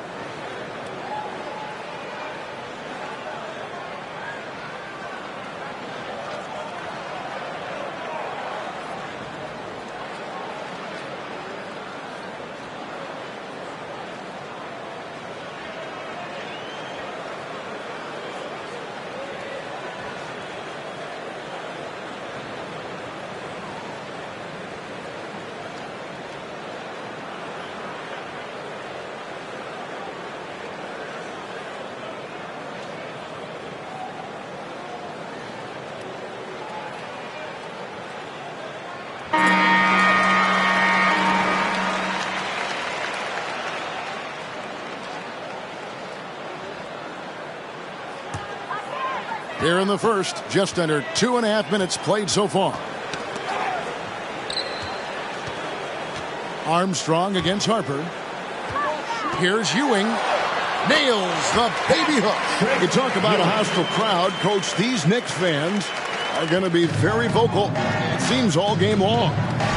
It's part of... Puts it down! Oh, my goodness! And you see Jordan wearing number 45 out there. The same number he was wearing on the baseball diamond. Not his usual 23. Well, I'll tell you what, Mike, if he wanted to be 23 again, he'd have to pull it down from the rafters back home. He retired, so they retired his jersey. But it's still a little weird to see him wearing 45. Here's Ewing. He can't hit that time, so the Bulls will take it the other way. Here's Jordan, and Jordan slams it home. They have set the tone in the paint, getting whatever they want. Well, not much resistance, and if things don't change, this could turn into a blowout. Outside Harper. Pass to Bono. There's the feed to Ewing. And goaltending is going to be the call, so they get the basket there anyway. Yeah, he was just a skosh late on the contest. That's going to be a goaltend for sure. For the Knicks, Smith checked in for Oakley. Davis comes in for Starks, and Anthony subbed in for Derek Harper. And Chicago also making a switch. Luke Longley's checked in for Purdue. Hey, Clark, something we're going to be watching closely. John Starks in his defensive effort right now against Michael Jordan.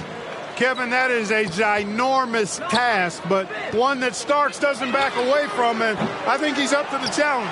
He knows how to be a pest and make it difficult for Michael Jordan and limit MJ's effectiveness on the offensive end. It is going to be must-see basketball. Yes, sir. Right out of the starting blocks. They've been dominant at the offensive end. And that early momentum has helped them put together a nice lead. Lets the three fly. Another three for Chicago. Well, they had a plan coming into this one, and they have executed on it perfectly. Yeah, getting out ahead early on by stifling the competition on both ends of the floor. Smith dishes to Anthony. The pass to Davis. Smith left side. Pass to Ewing. 6 on the shot clock. Double team on Ewing. New York needs to get off a shot. Down it goes, his third basket. He's now 3 for 4. Things had been going a little bumpy for the Knicks this season, but ever since New Year's Day, they've been playing great basketball and look pretty intimidating out there. Yeah, I'd agree with that, Mike. Their record since the new year, a very impressive 31-11. I think that sends a clear message to other teams around the league that we're here, and they have real playoff aspirations and potential. And this is why you just can't give Jordan a running start. I mean, once he has that, the launch pad is set, and he's going to ecstasy right through the air and on top of your head. And stolen by Longley. And again, Chicago running the court in transition. And here's Jordan outside. It's 9 seconds separating the shot clock and game clock. Fires for 3. Ewing gets the rebound. And got to be honest here. I mean, he should have made that. I bet it's not going to affect his confidence, though. He's going to keep taking those shots.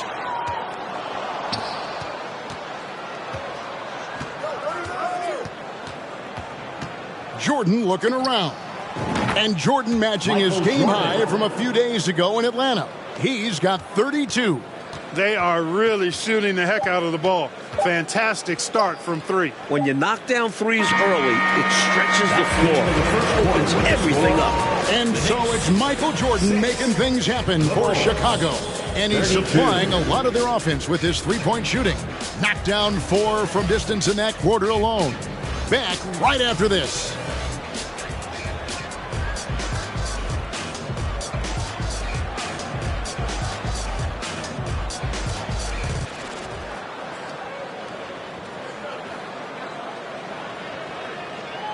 Welcome back, everyone, to New York City, where the Chicago Bulls are taking on the New York Knicks. And our second quarter is getting going here.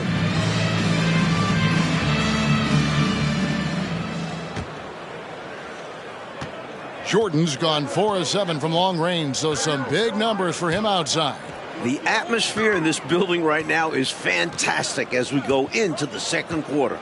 This New York crowd is making noise and letting their Knicks know they've got their back. Smith is out there with Bonner. Then it's Starks. Then there's Harper. And it's Ewing in at the 5 down low. They're the group New York will start the second with. Here's Chicago. Jordan outside. With that basket, Michael Jordan putting up the most points since his return.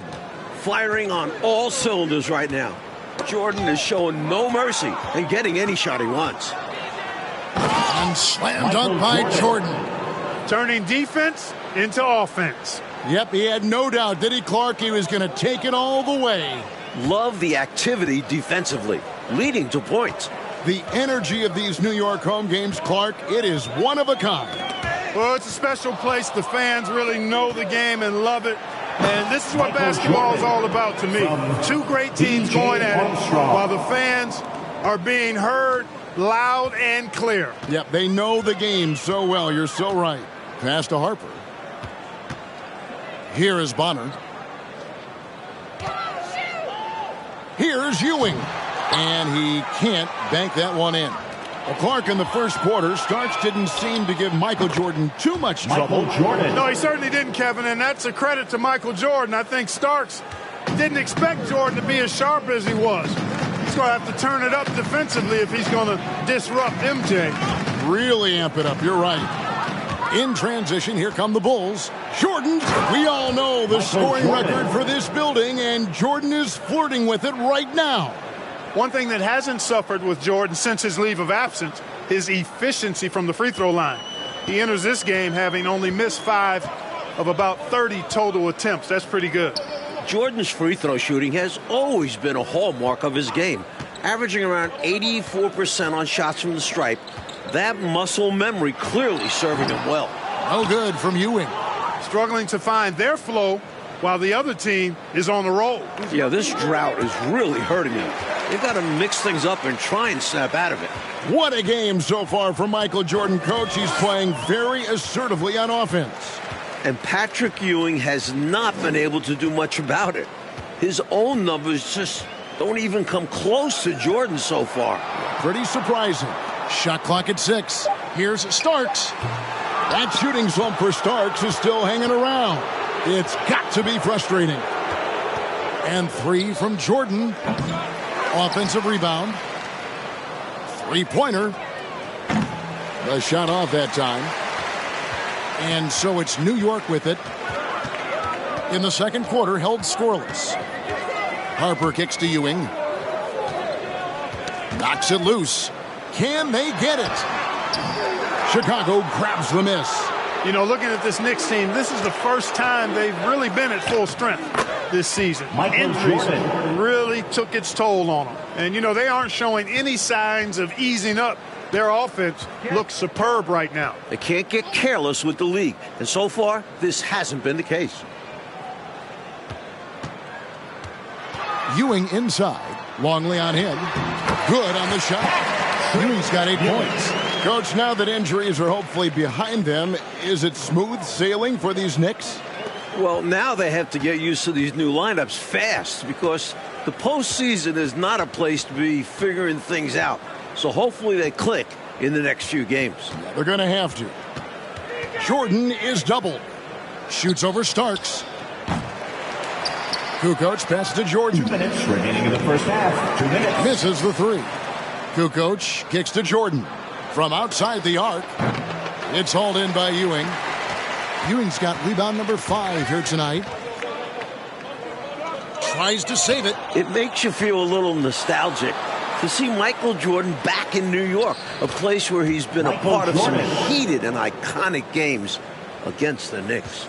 He is anchored in and making a living down low tonight. Pass to Bonner. Starks outside.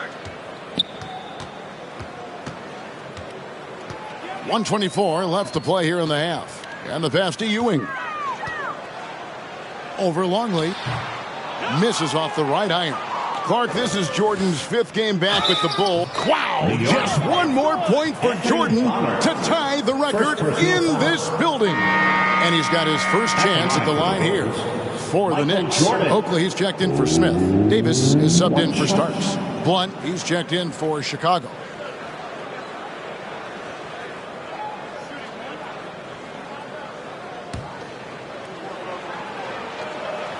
Free throw, no good for Jordan. The blend of athleticism and scoring prowess Jordan possesses is insane. He's capable of destroying teams all by himself. They double him with Jordan. To the paint. Here's Harper. He feeds it to Davis. That falls. High speed there. And time from Harper. Davis has got his first 2 points. Great ball movement, making that defense work. Jordan is doubled. Harper with the steal. Got a piece of it. Pass to Bonner. There's the double team with Pippen. Here's Davis. Feeds it to Oakley. And it's denied. Blunt showing you some fight and grit on the defensive end. Really good timing on that rejection. Jordan breaking his own record and setting a new one here in the Big Apple. You know, you can feel they're starting to take control of this one. You just get the sense they've got their hands on the steering wheel nice and tight. And their play on the offensive end, it's the biggest reason they're winning. Passes it to Ewing. Now Davis. Outside Harper. From deep three-point range, and no good on the last second attempt this time. And so it's the Chicago Bulls with a huge lead at the break. Safe to say there's no catching them today. They've been playing some inspired defense, giving up very few easy points. And don't go away. We'll be right back. The last few moments of dusk here in New York City. But inside the arena, all eyes are on the court as we get ready to start the second half. Welcome back, everyone, to New York with the Knicks taking on a head-to-head battle with the Chicago Bulls. It's been another memorable Knicks home game so far.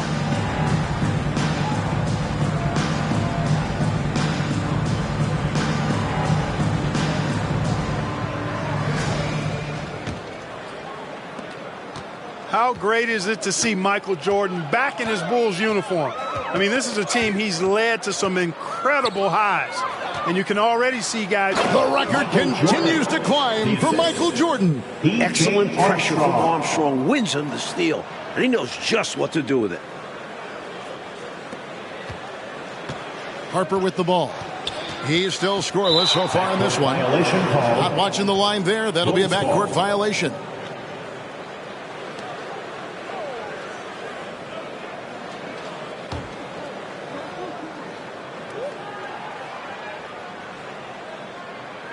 They're going to turn it over. They couldn't get it inbounds that time. And since his return to Chicago, Jordan has remarked, Mike, that he sees this as Pippen's team now. What do you think? And that speaks to the respect Jordan has for Pippen. Scotty did a great job leading this team while Michael was away, but I know everyone is glad to have him back. Including you and I. Yes, indeed. 6 on the shot clock. Ball's knocked loose. Bulls seem to be doing everything, Mike, they can to silence this New York. 55 points for Michael Jordan tonight. The double nickel for MJ. What a performance. Relentless. You make contact with Jordan, it doesn't affect him at all. Harper against Armstrong. And here's Starks.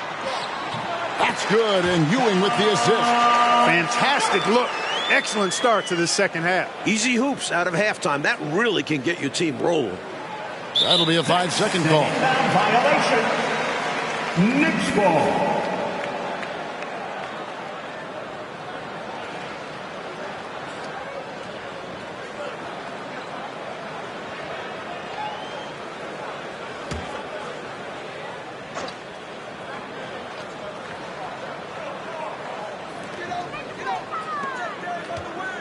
Right side, Harper.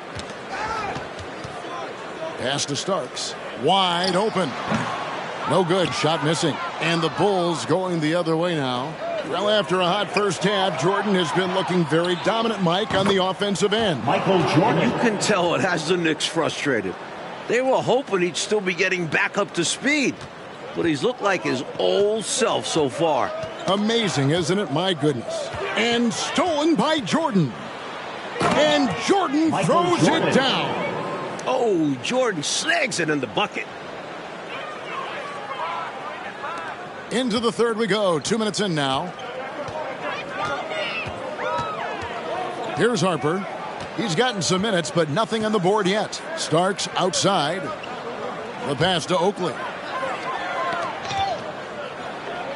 Back to Starks. 4 on the shot clock. Down low. Stolen away. It's Jordan on the wing. Covered by Starks. And Jordan gets it to go.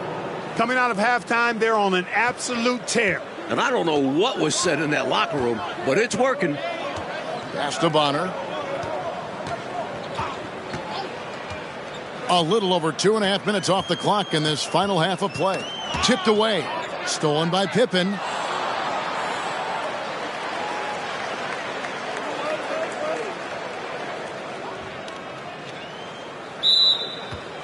Turnover. Anthony's checked in for the Knicks. And the Bulls making a change also. Wennington, he's checked in for Tony Kukoc.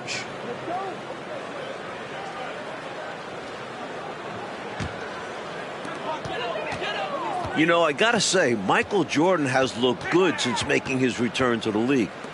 Generally speaking, we just weren't really sure what we could expect from him. Ball's knocked loose. Stolen by Pippen. Here's Jordan. That falls. Nice speed that time from Scottie Pippen. Pippen's got assist number 5 here tonight. Now Anthony. No points in the game yet for him. Starks outside. 6 to shoot.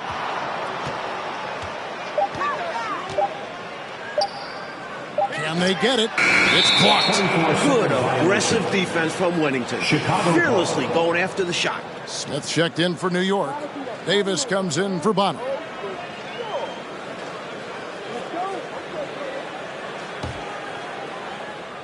Second half here. We're just over 3.5 minutes into it. Jordan. And then slammed in by Jordan. Assist from What a power surge by these guys. They can't miss. Literally, what a stretch. And it's Anthony with the ball for New York. You know, Clark, Jordan has had to get back up to speed since returning to the NBA. No doubt about it. Only 7 for 28 from the floor in his first game back. Clearly some rust there.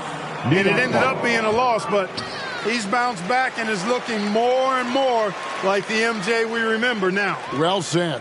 Glad we got the chance to see that remarkable rejection. Boy, he is all over that shot. I mean, had it read the whole way, got himself in the position, and then was able to make the play. Chicago making a switch here. Once checked in. Outside Anthony. Just 5 to shoot. Passes to Starks. Beyond the arc. Got a hand on it. And he stays with it. And there's the shot clock violation. Couldn't get the shot off in time.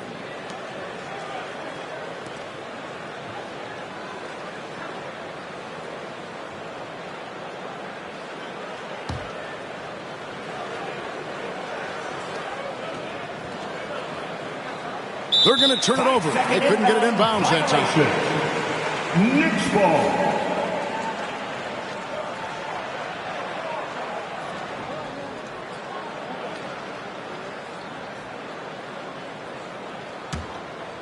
Here's Anthony. He's been quiet so far. Still no points in the game. So it's Chicago again turning it over. And it's Michael Jordan, coach, who has looked firmly in control in the back half of this game. Meanwhile, Ewing has kind of been diminished out there. Not much of a contest right now between these two stars. These are two teams we've seen clash many times, including when the Knicks defeated the Bulls in last year's playoffs. A fiercely competitive series. Pass to Ewing.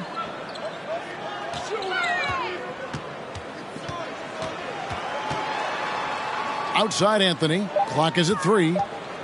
Here's Starks, and it's blocked. And they force the shot clock violation.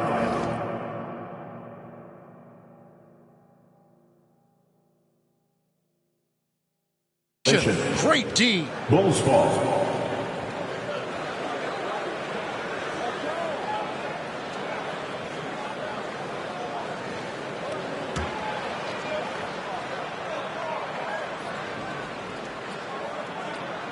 Unable to get the ball in bounds. They get called for the 5-second violation. Last season, the Knicks were able to overcome Chicago in the playoffs, Clark, and this year could be a lot different with Michael Jordan back. Well, I understand the sentiment. We'll just have to wait and see on that one, though. But really, every time they meet, these two teams bring playoff intensity, and that's what makes it the rivalry that it is. What a great rivalry indeed. And here are the Bulls now. What a stretch they've got going here. 17-2. And that one drops. Playing well on both ends of the floor, stifling defense and dangerous O. That's a heck of a combo. That's what has built this lead. Now the pass to Ewing. To the inside. Smith with the basket on the assist by Ewing. Boy, how about that dime from Patrick Ewing? Very impressive. Passes like this speak to his unselfishness.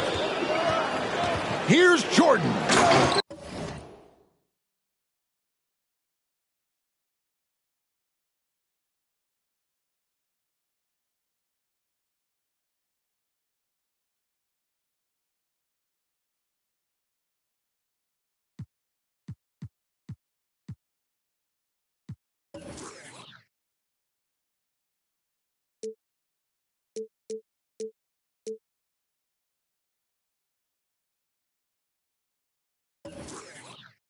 And slam dunk by Jordan. Guys, it's a one-man show out there. I mean, he looks like he's willing to handle all of the offensive duties for his team. Outside Anthony. Here's Ewing. Buried from 15 feet out. Ewing's got 10 points. Using his height advantage there, feels like nobody can block him from this spot. You like seeing guys use their physical advantages like this. Great shot. Yeah, and size matters when it comes to rebounding inside. Good to see someone like him using his height to his advantage there. Outside Anthony. Outside Davis. Here's Starks. Chicago grabs the miss. Pippen's got his 4th rebound in this one. Here's Jordan. No good on the last second attempt there. And so it's Michael Jordan making things happen for the Bulls. What an amazing quarter. There was absolutely no stopping him. We'll return shortly.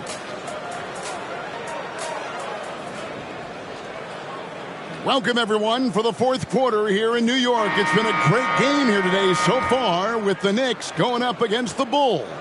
With all eyes on the returning Michael Jordan. As we get into the home stretch here, the question of whether or not Jordan has his legs back is a little more important. Williams is out there with Oakley. Then it's Anthony. Then there's Hubert Davis. And it's Williams at the 3 spot. That's the 5 for New York right now. Anthony up on top. Defended by Kerr. The kick out to Williams. Anthony dishes to Williams. 4 on the clock. And it's Davis missing. But Clark, in a competitive game, Jordan might just have to tough it out on the floor. You know, some guys think the only way to get in real basketball shape is to play the games, and I'm in that camp. And certainly if that's true, then Jordan probably wants to get as much action as he can since he's looking to get playoff ready. And I know he cannot wait. Now here's Anthony. Oakley, a screen on Kerr. The drive by Anthony. Oakley passes to Davis. With the tip, and Williams is right there. Williams has got his first points of the night. This has been a stellar offensive game, Mike, for Michael Jordan. Especially when you consider the setting. He's sticking it to the Knicks here at home. And that's a great way to let the whole world know I'm really back. I love the way you said he's sticking it to the Knicks. Every Bulls fan right now smiling at that. And there's the call on Michael Jordan. That's his first foul. Purdue, he's checked in for Wednesday. Team foul. Bulls substitution. Will Purdue. Fourth quarter now. We're about a minute and a half in. Oakley passes to Williams. Oh, and the jam by Williams. Oakley's such a good all-around team first guy. Defensive setting up a shooter with a nice pass there. And that one falls for Williams. Clark, you look back at the course of this game. Starks has not been able to impact Michael Jordan's game as much, I think, as he would have liked. Hey, it's pretty elementary. Trying to defend and stop Jordan and keep him from being effective is a hard thing to do, even if Jordan is a little off his game and maybe rusty. MJ's been able to tough it out no matter what kind of defense Starks has provided. What a testament to Jordan's talent. Williams passes to Anthony. Oakley, a screen on Kerr. The three from Anthony. A putback, controls the rebound and puts it back up and in. I love the pursuit there he showed on tracking down that board. Yeah, fearless, wasn't he, Clark, on the glass, and it pays off for him. For sure. And the hunger that he plays with, you can't teach that.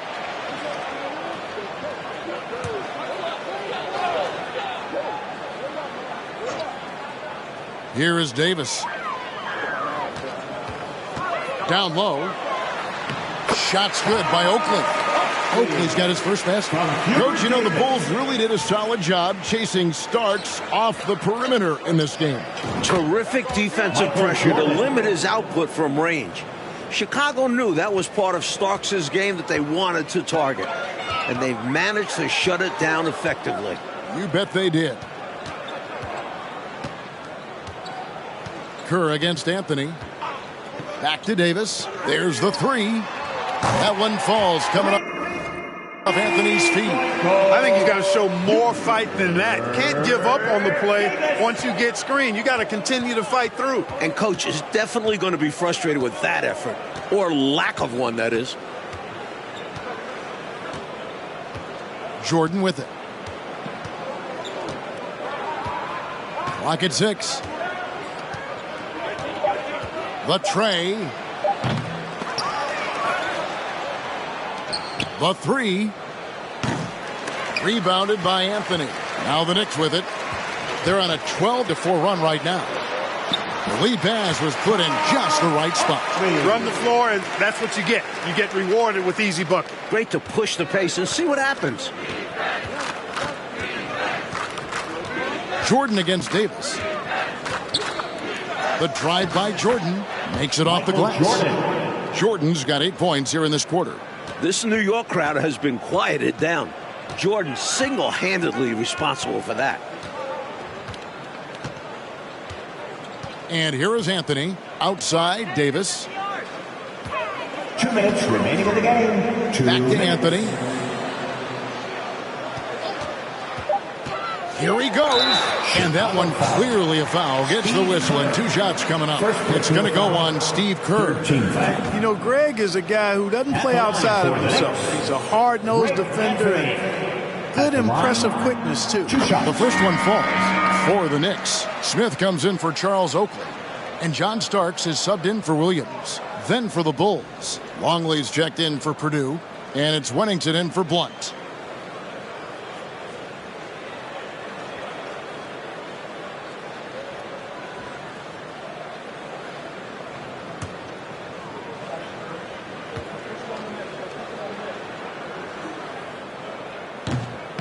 So he makes 1 of 2 as the second one misses. And at this point in the game, they need every point they can get. You know he's kicking himself for not knocking all of those free throws down. Smith. First personal foul. First team foul. At the line for the Bulls, Michael Jordan. At the line, 2 shots. Take a break. Take a break. 2 shots.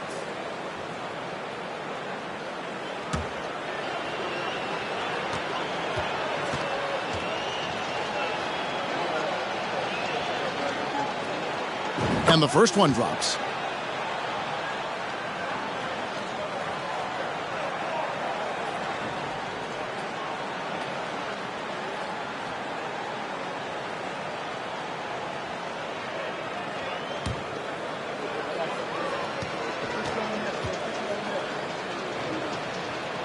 He's off on the second. And it's Davis with the ball for the New York Knicks. Anthony kicks to Davis. 1:32 left in the fourth quarter. Pass to Starks. Now Smith. And it's good with time running down in the shot clock. That's too easy. High percentage look without much defensive pressure. Here's Jordan.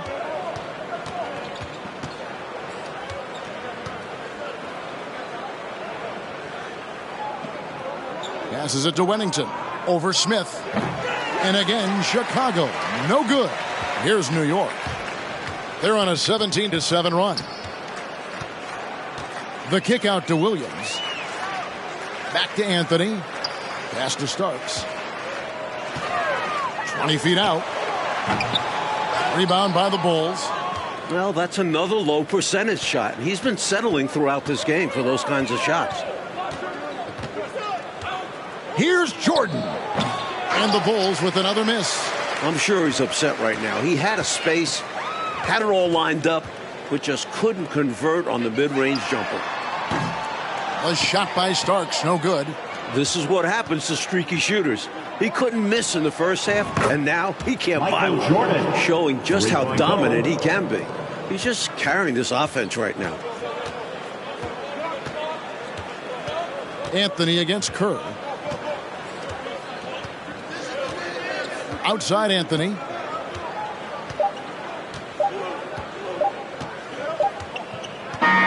And so, Mike, the Bulls come out a winner here tonight. A big victory for them against the Knicks. And the triumphant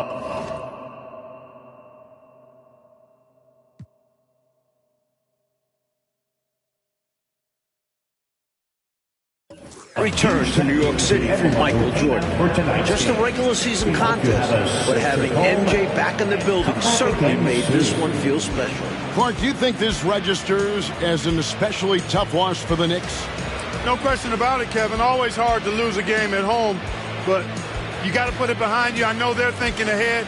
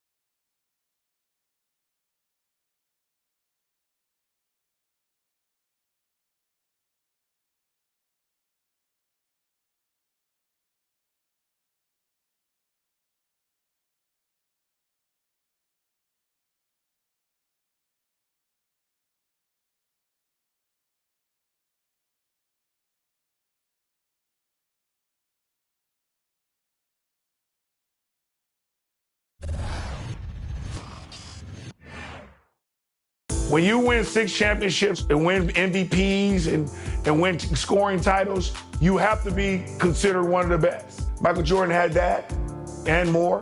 Going into the 1996 series against the Chicago Bulls, I was the defensive player of the year. Michael was the MVP, and they had made a big deal about it.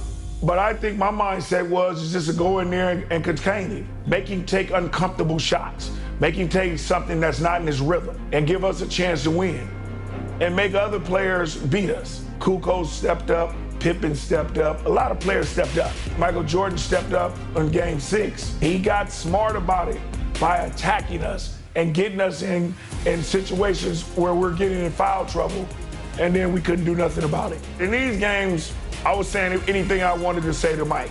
And it went back and forth, and he didn't back down. He was always strong, and he always came at me, and I loved him. I think he's one of the greatest basketball players to ever play the game. It had been deemed impossible. No team has ever returned from a 3-0 series deficit. But the Sonics have marched back from the brink. and now stand poised to take it the distance. And tonight, as they approach the final leg, it's their opponent Bulls who seem wounded and weary. Once given up for lost, can they find their way to the promised land?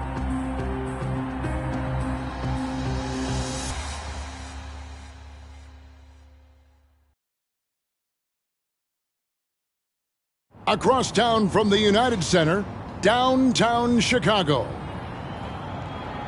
Now it's time to hear the starting lineup from tonight's PA announcer, Ray Clay.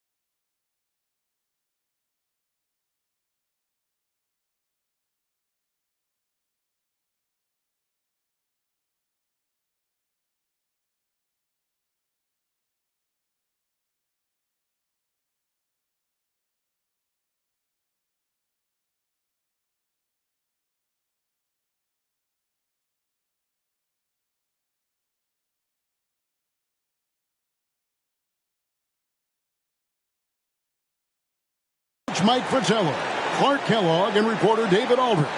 And Mike, perhaps some home cooking is just the thing these road-weary Bulls need.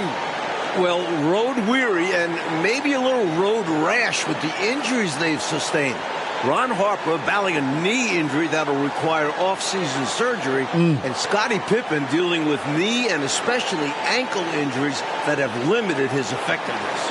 And while the Bulls are banged up and bedraggled, Clark, the Sonics seem on the rise. Yeah, you take a look at their big guy, Sean Kemp, an all-star. The Sonics are definitely younger and healthier at this point, but still a tall task to win 2 in a row on the defending champs' home court. Oh, big effort tonight needed. On the floor for the Supersonics, the Defensive Player of the Year, Gary Payton. He's joined by Hawkins in the backcourt. At the forward spots, Schrempf and Kemp. And Brakowski at the 5. And the 5 for Chicago. MVP Michael Jordan and Harper are the guards. Pippen and Rodman form the front court. And big Luke Longley at center. And after the Sonics lost the first 3 games, Coach Carl finally put the glove, Gary Payton, on Jordan.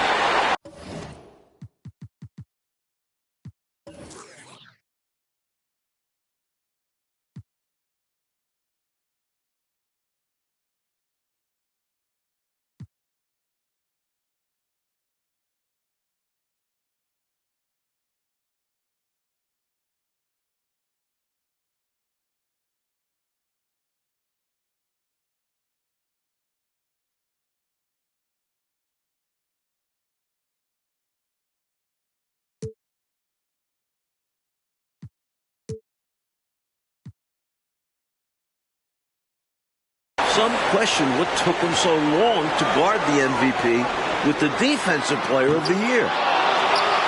Longley passes to Jordan. Launches a 3, and that comes off the assist by Longley. Looks like Jordan's picking up right where he left off. Looking strong again here in Game 6. Hey, Clark, you look at the last 2 games for Michael Jordan. His numbers have gone down since he's been defended.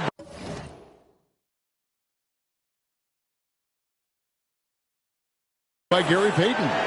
Yeah, you know, through the first 3 games, Kevin, he averaged 31 points on 46% shooting. Since then, though, only 24 points on 41% shooting. That's a significant difference. Yeah, Payton's done a great job. And so it's Pippen with it. He brings it up for the Chicago Bulls. It's a 3-point game. At one point during Game 5 in Seattle, the Bulls, Mike, missed 20 consecutive 3-point shots. From deep, Pippen was 1 for 8. Steve Kerr 1 for 7 from the 3-point line. The team was 3 for 26 for the game. Those numbers have to be better tonight. They've got to improve in that category. Love watching great defense lead to offensive opportunities. Turnovers can change the course of a game when they turn into points. And it's the Supersonics ball. They get a hand on it. And here we go. Jordan going to the hoop. And Jordan throws it down. Creating offense through working hard on defense. Boy, I love seeing that. I know you do. Going all the way with it, too. Yeah, you see the tenacity from them on both ends. Impressive sequence. And here are the Supersonics now. After the Bulls picking up a basket just moments ago. 5 on the clock. Seattle needs to get off a shot. 3-pointer, Payton. It's all in by the Bulls. With injuries to his back, both ankles, and knee, I think I've covered all bases. This, Clark, has been a very tough series for Scottie Pippen. No doubt about it, Kevin. I mean, he's shooting 32% from the field and just 18% from the 3-point line. We know he's not anywhere close to 100%, but let's see if he can still find something extra tonight, digging deep, because the Bulls need somebody other than Michael Jordan to step up. Indeed they do. Excellent point.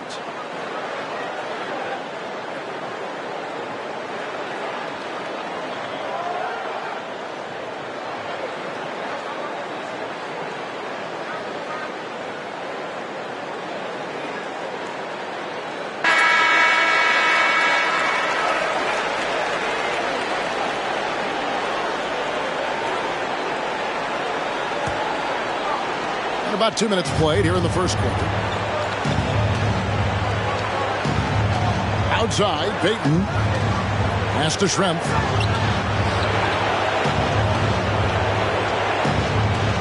To stop the run. Back to Payton.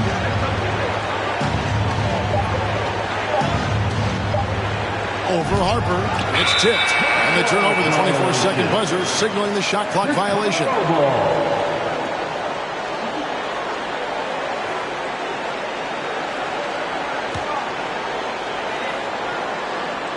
Here's Jordan. He's got 9. Including the playoffs, the Bulls are a ridiculous 48-2 at home, the second best record in NBA history. Only the '86 Celtics have been better. Boston going 50-1 at home that year. For the visitors of the Bulls, the United Center is a house of horrors. Here is Hawkins after the Bulls pick up 2. And again, Seattle turns it over. Nothing yet up on the scoreboard for them. And the Bulls looking to get back on track. And for more, let's say hello to David Aldridge. Thanks very much. The key for the Bulls tonight is someone other than Michael Jordan stepping up. In Game 5, MJ shot 11 of 22. Everyone else, 18 for 55, less than 30%. Ron Harper has just 2 points in the last 3 games. Scottie Pippen is shooting just 33% in the series. And Steve Kerr is 3 of 20 from deep. Of course, MJ's the league MVP, but he can't do it all by himself. Guys, a lot of different layers with this one. David, thank you. Mike, who are you looking for to step up tonight for Chicago? Dennis Rodman. Offensively, create some second chance buckets. Defensively, make things difficult for Sean Kemp. The Rain Man has been on fire. Timeout called here. The Supersonics decide to talk it over.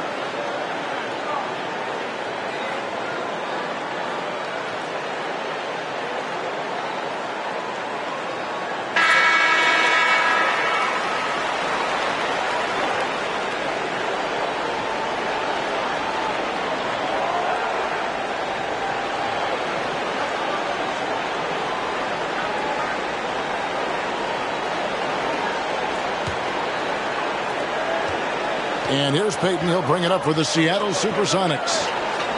Still without a basket in the game. That last game in Seattle, Micheal Jordan pretty much had zero help. That has to change tonight for the Bulls. Well, let's throw some numbers at the folks out there, Coach. The Bulls missed 23s in a row at one point. MJ shot 50% from the field. Everybody else, under 33%. Jordan can't do everything, can he? Kicks it out to Hawkins to stop the drought.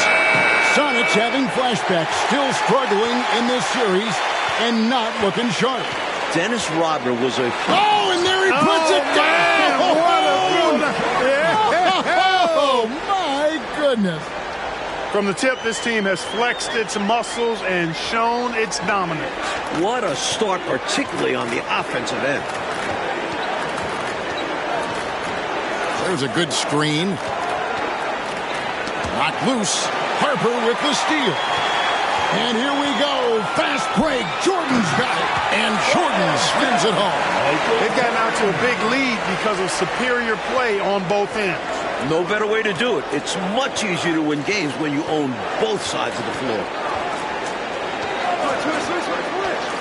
Peyton looking around. Harper with the steal. And again, Chicago running the court in transition. And Jordan slams it home. They've been the aggressors right from the start, asserting themselves from the very beginning. Yeah, they're setting the tone, and they're doing it on both ends of the floor. Mike, they've had no answers for how to slow this team down. Their offense hasn't been great either. It's been brutal for them. Hawkins against Jordan. Hawkins kicks to Peyton. Just 4 to shoot. Harper with the steal. How about this, guys? The last time the Bulls lost 2 home games in a row, over 3 years ago, 1993. Remarkable. And that was in the old Chicago Stadium, which is now a parking lot. The Bulls haven't lost 3 in a row in 16 months. Seattle aiming to end those incredible streaks here. Knocked away. Pippen with the steal.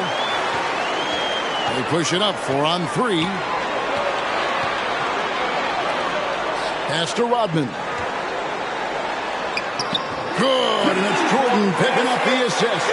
Early on, they built this lead on the power of paint points. Being aggressive in the paint can take a team out of a game early. Outside, Peyton.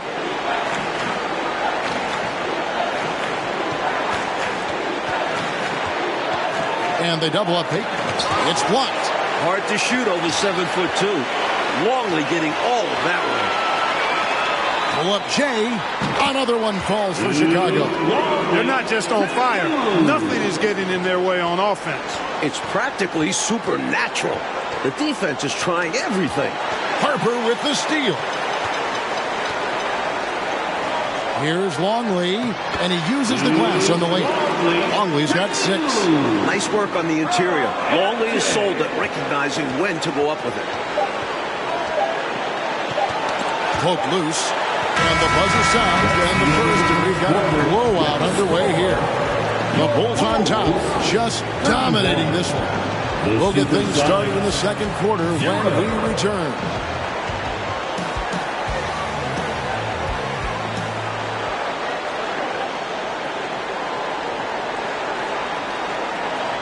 It's the second quarter of Game 6, the 1996 NBA Finals. Seattle trying to extend this series. The Bulls looking to put the finishing touches on an all-time season. It is clearly an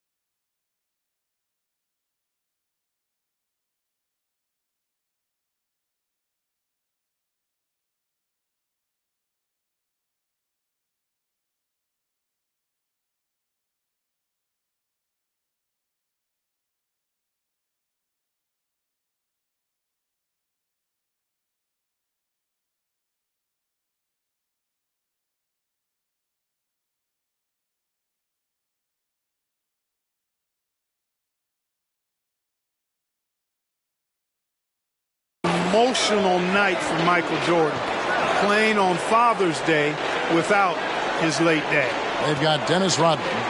Jordan is out there with Harper. Then there's Longley. And it's Pippen in at the 3, the small forward. So that's the 5 in the game for Chicago. Just 5 to shoot. Here's Kemp. It's all in by the Bulls. And really for Michael Jordan, so much has happened since he lost his father, Mike Micheal. Well, first retiring, trying out pro baseball, coming back to the NBA, winning an MVP. The one thing left, win a title. And you know Michael Jordan is thinking about his dad today. Yeah, he's got it. Back to Peyton. Kemp with a screen for Peyton. Kicks it out to Hawkins. Here's Kemp. That one, no good. And Chicago will go the other way with the ball. Clark, Scottie Pippen is having a hard time out there tonight, isn't he? Yeah, he really is, Kevin. And, you know, those injuries really taking a toll. As a result, Pippen just has not been himself throughout this series. That is where Harper likes to shoot it from. Mike, they are desperate to find a basket. They're having a really hard time out there. You're right. Here's Longley, and finished off by Longley. And I think that play tells you everything you need to know. They're simply playing at a higher level, getting a steal and turning it into quick points. Outside Kemp. Passes it to Schrempf. That's tipped out to Peyton. Schrempf, a screen on Harper. And they double up Peyton. Shoots. Will not go. This is off the front iron. For Jordan, into the second quarter, Mike, the shooting numbers are better than what we saw in Seattle. Well, some adjustments from Mike. Freeing himself up for some better looks. Looking like the league MVP tonight. He does. And, Mike, as we can see here, a clear advantage for Michael Jordan over Shawn Kemp thus far. MJ wants this series to end tonight. This year's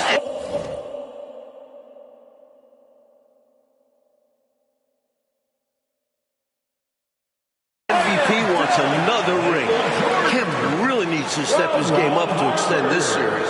He's going to have to be at his very best, you're right. Second quarter of play with almost 3 minutes gone. Outside, Peyton. Kemp with a screen for Peyton. And there's the pass to Hawkins. Nice ball movement by Seattle. Perkins with a screen on Harper. Here's Peyton. No good. They had a chance to end the run there. They desperately need something to fall. Well, they're on the wrong side of a big run. Never a good feeling.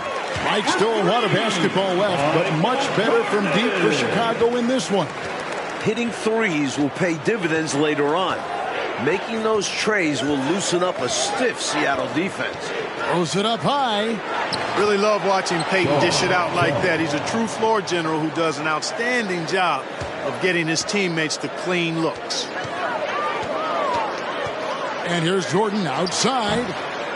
A rebound by Kemp. Well, Coach, you look at all the turnovers. What a way to drive your coach crazy. I know it would drive you crazy, wouldn't it?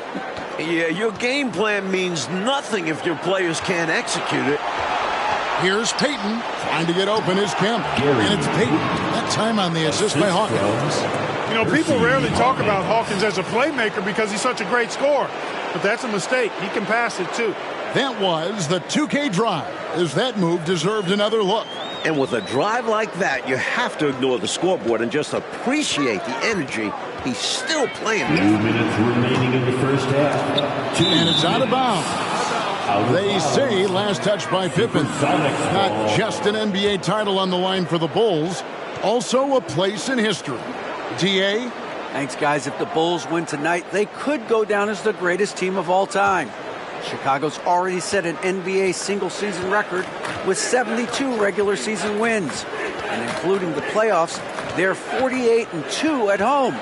But we've seen over these last 2 games that the weight of history has been heavy on their shoulders. Back to you. You can see it. All right, DA, thank you. Czar, just how much pressure is right now on this Bulls team? A ton. And it's been this way since they started chasing this wins record midway through the regular season. Chicago looks a little tired. It's been a long season. Very long indeed. The main story in the newspapers this morning, the future of this Bulls team. Michael Jordan, Dennis Rodman, Phil Jackson are all free agents. Poked away. Stolen by Rodman. And here we go. Fast break. Jordan's got it. Fires the three. Buries it from three-point range. Jordan's got 13 points now in the quarter. I like that they're putting in the work, trying to build this lead out. Because in the NBA, no lead is safe. Perkins with a screen on Kerr. Payton passes to Schrempf.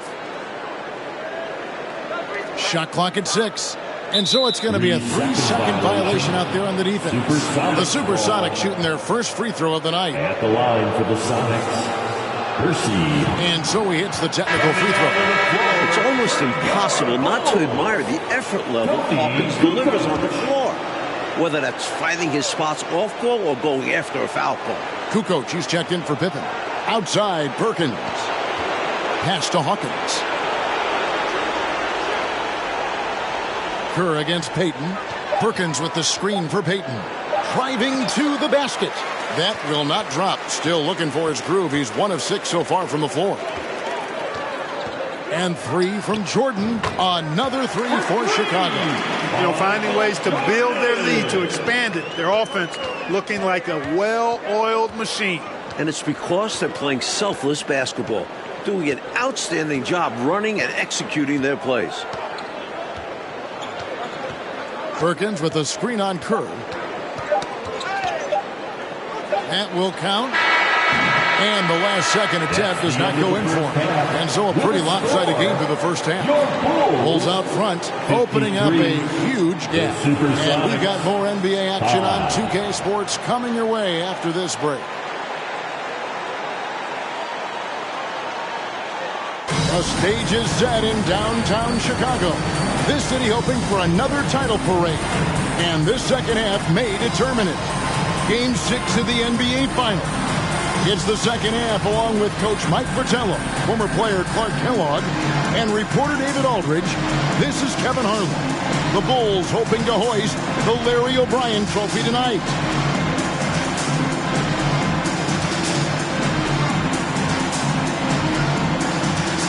And there wasn't too much drama in the first half, but maybe things will tighten up here in the second. What a game we're seeing from Michael Jordan. He's been getting downhill, dissecting the defense off the dribble. Yeah, they're having nightmares trying to stay in front of him in the first half. Things have come full circle for Dennis Rodman. Remember, the worm was on those bad boys Pistons teams that eliminated the Bulls 3 straight years. On the court for Seattle. Schrempf out there with Kemp. And it's Brikowski. Then there's Payton. And it's Hawkins in at the shooting guard position. Boy, they're cranking it up a notch right now, really setting the pace for this game. Exceptional in transition. Great job running all 94 feet. Hawkins kicks to Schrempf.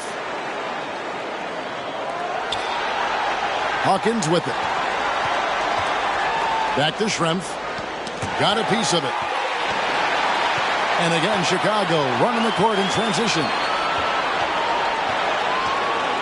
From deep, Jordan, another 3 for Chicago. And after battling Chicago for years, Clark, the NBA's rebounding leader, Dennis Rodman, now joining the Bulls.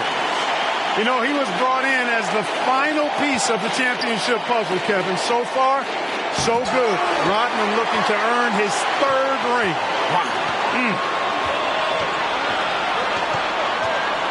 For the 3. It's hauled in by Hawkins. Well, Mike, compared to Game 5, they had a massive improvement in their three-point shooting. And that really helps open up the driving lanes. It specifically gives Jordan more space. Jordan outside for 3. That left Schrempf comes up with the rebound. He dishes it to Payton.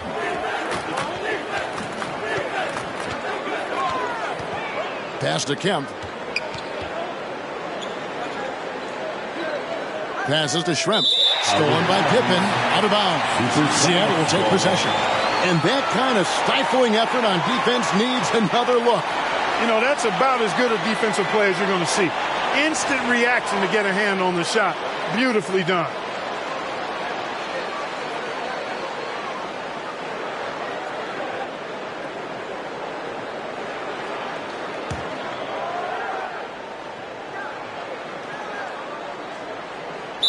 Well, as you can see, when you're casual with the ball, it can come back to bite you. For sure. I mean, playing loose can help you and hurt you. It can cut both ways. I think they've got to tighten it up a little bit here. In the first half, Mike, a much more effective Michael Jordan than Game 5. We know Michael was going to review the film with Phil Jackson, and what they've done is draw up some very nice sets for MJ. On the wing, Payton. He's guarded by Harper. Harper with the steal. And here we go. Jordan going to the hoop. And the dunk by Jordan. And the level of awareness from Harper. Great job spotting his uncovered teammate. Not quite 2.5 minutes played here in the second half. And here's Hawkins. The pass to Payton. Hersey Hawkins on the wing. Back to Payton. Shot clock at 5. Shoots over Pippen. That one off the back iron and out. Here's Chicago. They haven't given up any points here in the second half. No good from Jordan. Well, Seattle, Mike, even forced a game 6. That's very impressive. They were down 3-0. The Sonics are massive underdogs. Just getting back to Chicago is a win for them. Yeah. Payton against Pippen. Payton passes to Hawkins. He's looking for Kemp and finds him. Knocks it loose. Stolen by Pippen. Fast break. Here comes Chicago. Jordan's running. And a great steal by Pippen. One of the best in the league at playing the ball. Third quarter action, and just under 3.5 minutes have gone. Got a piece of it. Harper with the steal. They've got the 5-on-3 advantage. Longley with the bucket. Longley's got 12 in the game. I love the way he got right to the rim, all the way to the basket. Didn't settle that time. Running the floor and just doing an excellent job out hustling everyone else. Harper with the steal. And here we go. Fast break. Jordan's got it. Shoots the 3. And the Bulls get it back. 2 minutes remaining. Puts up a 3. 2 minutes. Takes the 3. Knocked loose. Hands with the ball out of bounds. Jordan touched it last. So for the Bulls, Wennington, he's checked in for Longley. Kukoc comes in for Rodman. And Steve Kerr is subbed in for Ron Harper. The Supersonics also with the sub. Wingate is checked in for Bukowski. And here's Kemp. He'll bring it up for the Seattle Supersonics. Nothing yet for them in the third quarter. Old teammates at North Carolina. Sam Perkins and Michael Jordan won the national title with the Tar Heels back in 1982. That was Jordan's freshman year. MJ hitting the game-winning shot. 4 on the shot clock. Payton kicks to Hawkins. And once again off the mark by Seattle. You don't get a lot of those chances. He's going to want that shot back. With a chance to clinch the title tonight, Coach Fratello, Michael Jordan has been outstanding in the battle with Kemp. The Rain Man hasn't been able to keep up with Jordan. The last 2 games of the series, wins for Seattle, Kemp was able to win this showdown. That is not the case tonight. You said it. Pass to Schrempf. Now Payton, guarded by Pippen. Shot to stop the run. It's deflected. Nice job that time by Kukoc using the wingspan to get a hand on it. A different look for Seattle. Sam Perkins, he's checked in for Schrempf. And McMillan subbed in for Hersey Hawkins. Nate McMillan.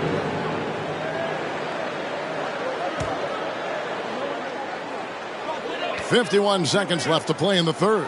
Jordan not wasting any time and taking the shot and knocking it down. It makes sense why they keep running the offense through him. proving how efficient he is. Trying to find a way out of this rut, Mike. Yeah, looking to regain some momentum offensively. And here we go. Jordan going to the hoop. That's good. And so Kerr with the assist. 52 points for Michael Jordan. That's a heads-up play by Kerr, finding the open man and getting him the ball on time and on target. Well done. 8-second difference between the shot clock and the game clock. Poke loose. Now Jordan. What an incredible scoring display he has put on tonight. And they'll get another chance. A 3-ball. Offensive rebound. From deep. Rebounded by Kemp. Now here's Payton. Over Kerr. And the last shot at the buzzer doesn't go in for him. And as we conclude the third quarter, pretty much a blowout. It's been a one-sided affair. Bulls out front, rolling through the final minutes of the quarter on a huge 15-0 run. And after a quick break, we're going to come right back with the start of the fourth quarter. This could be the final quarter of basketball this year. So far in these NBA Finals, Bulls are up 3-2. Chicago looking to close out a historic season.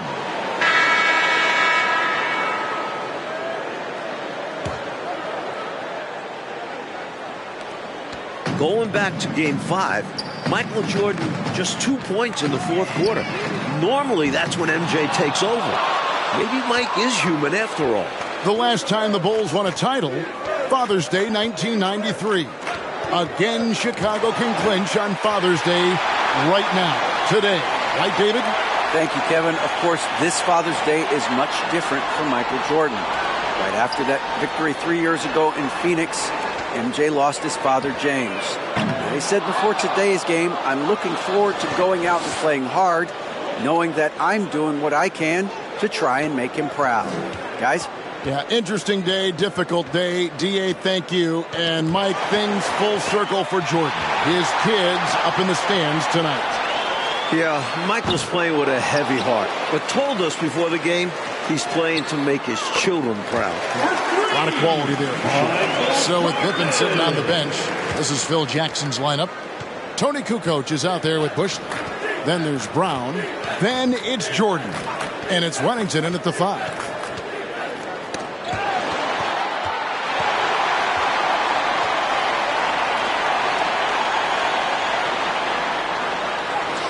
The shot's good. Brown making the play. Jordan's got 57 points. He clocked that last game in Seattle. Why were the Sonics able to hold Jordan to 2 points in that fourth quarter? Well, first of all, Kevin, we never see that. But, you know, Jordan appeared to be tired to me. I mean, MJ was doing everything scoring-wise. Payton was putting a lot of pressure on him. There's no doubt about it. We'll see a different Michael Jordan in this final frame. You can count on it. Clark, their biggest problem so far, taking care of the ball. Yes, exactly right, Kevin. I mean, they've made some outstanding plays, but way too many turnovers as well. A strong finals performance, Mike, from Michael Jordan trying to secure his 4th NBA title. And his 4th finals MVP. Wow. There's no way you can keep Jordan down too long. Michael is just so good.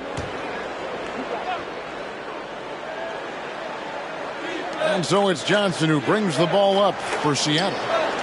They have yet to put up any points here in the fourth.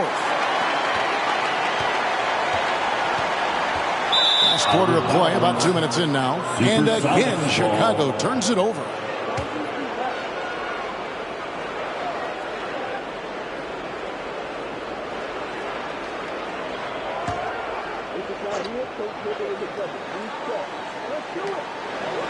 Pass to Snow.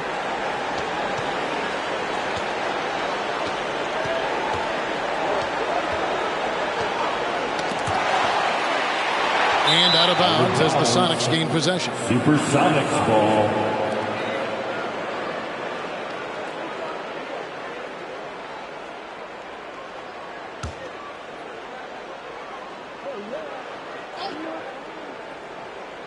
It looks like the Bulls are putting the finishing touches on an incredible season. If they hold on, including the playoffs, a 87-13 record. The 96 Bulls, a team we will be talking about forever. And out of bounds as the Sonics gain possession. Supersonics ball.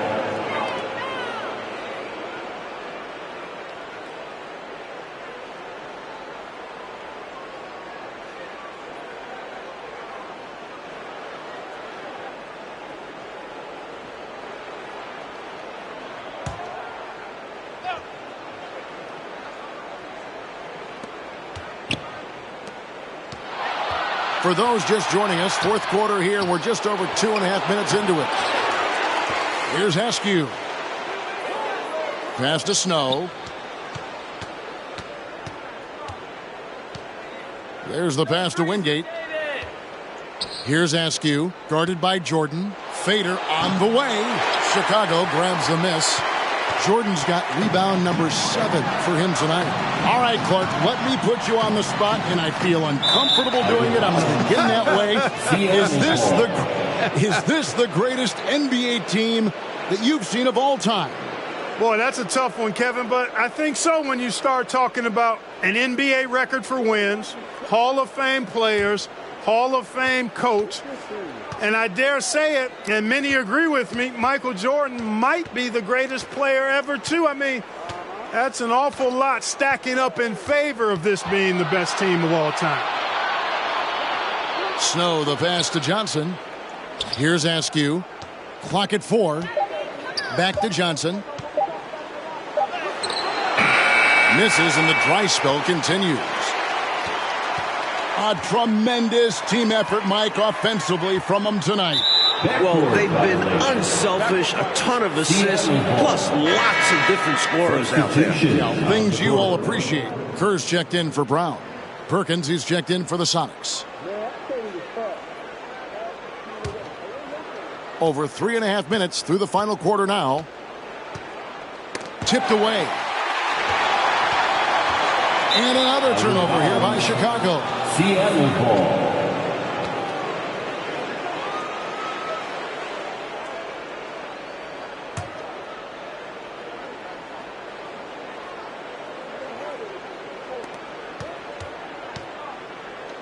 Kerr against Snow.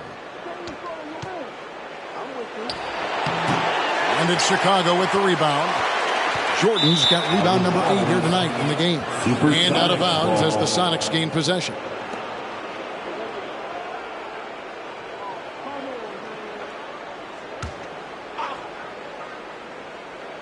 And Mike, they've been careless with the ball tonight. That's hurt them. Lack of focus, lack of discipline. They're better than this. They get a hand on it. And out of bounds as the Sonics gain possession. Seattle ball.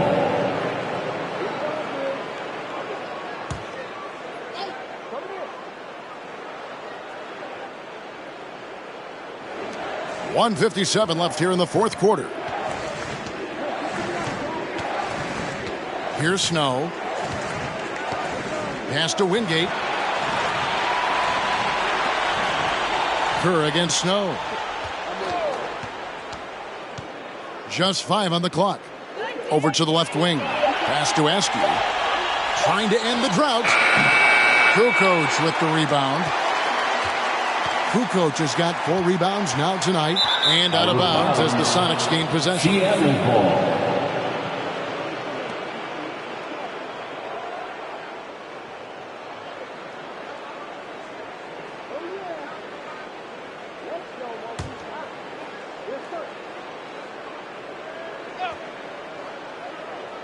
And here are the Sonics. Nothing doing offensively yet for them in the fourth. And out of bounds as the Sonics gain possession. Supersonics ball.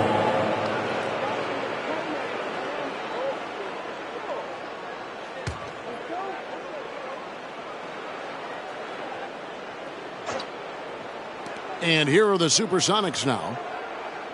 They've only given up 5 points here in the fourth quarter. Askew passes to Perkins, and another turnover for the Bulls. And out of bounds as the Sonics gain possession. Seattle ball.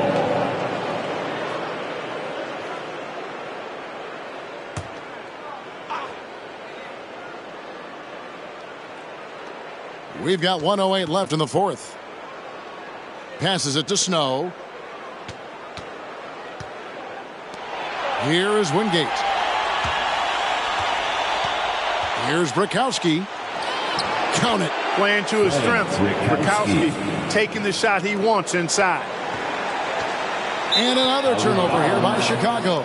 Seattle ball.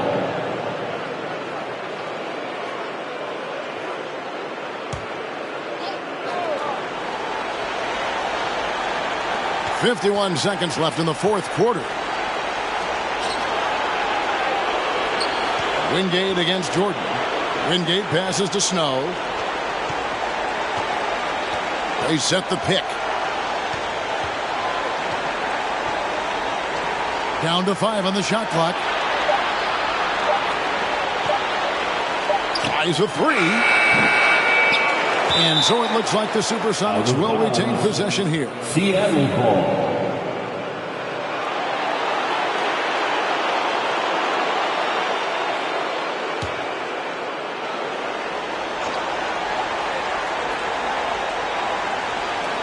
There's 25 seconds left in the fourth quarter.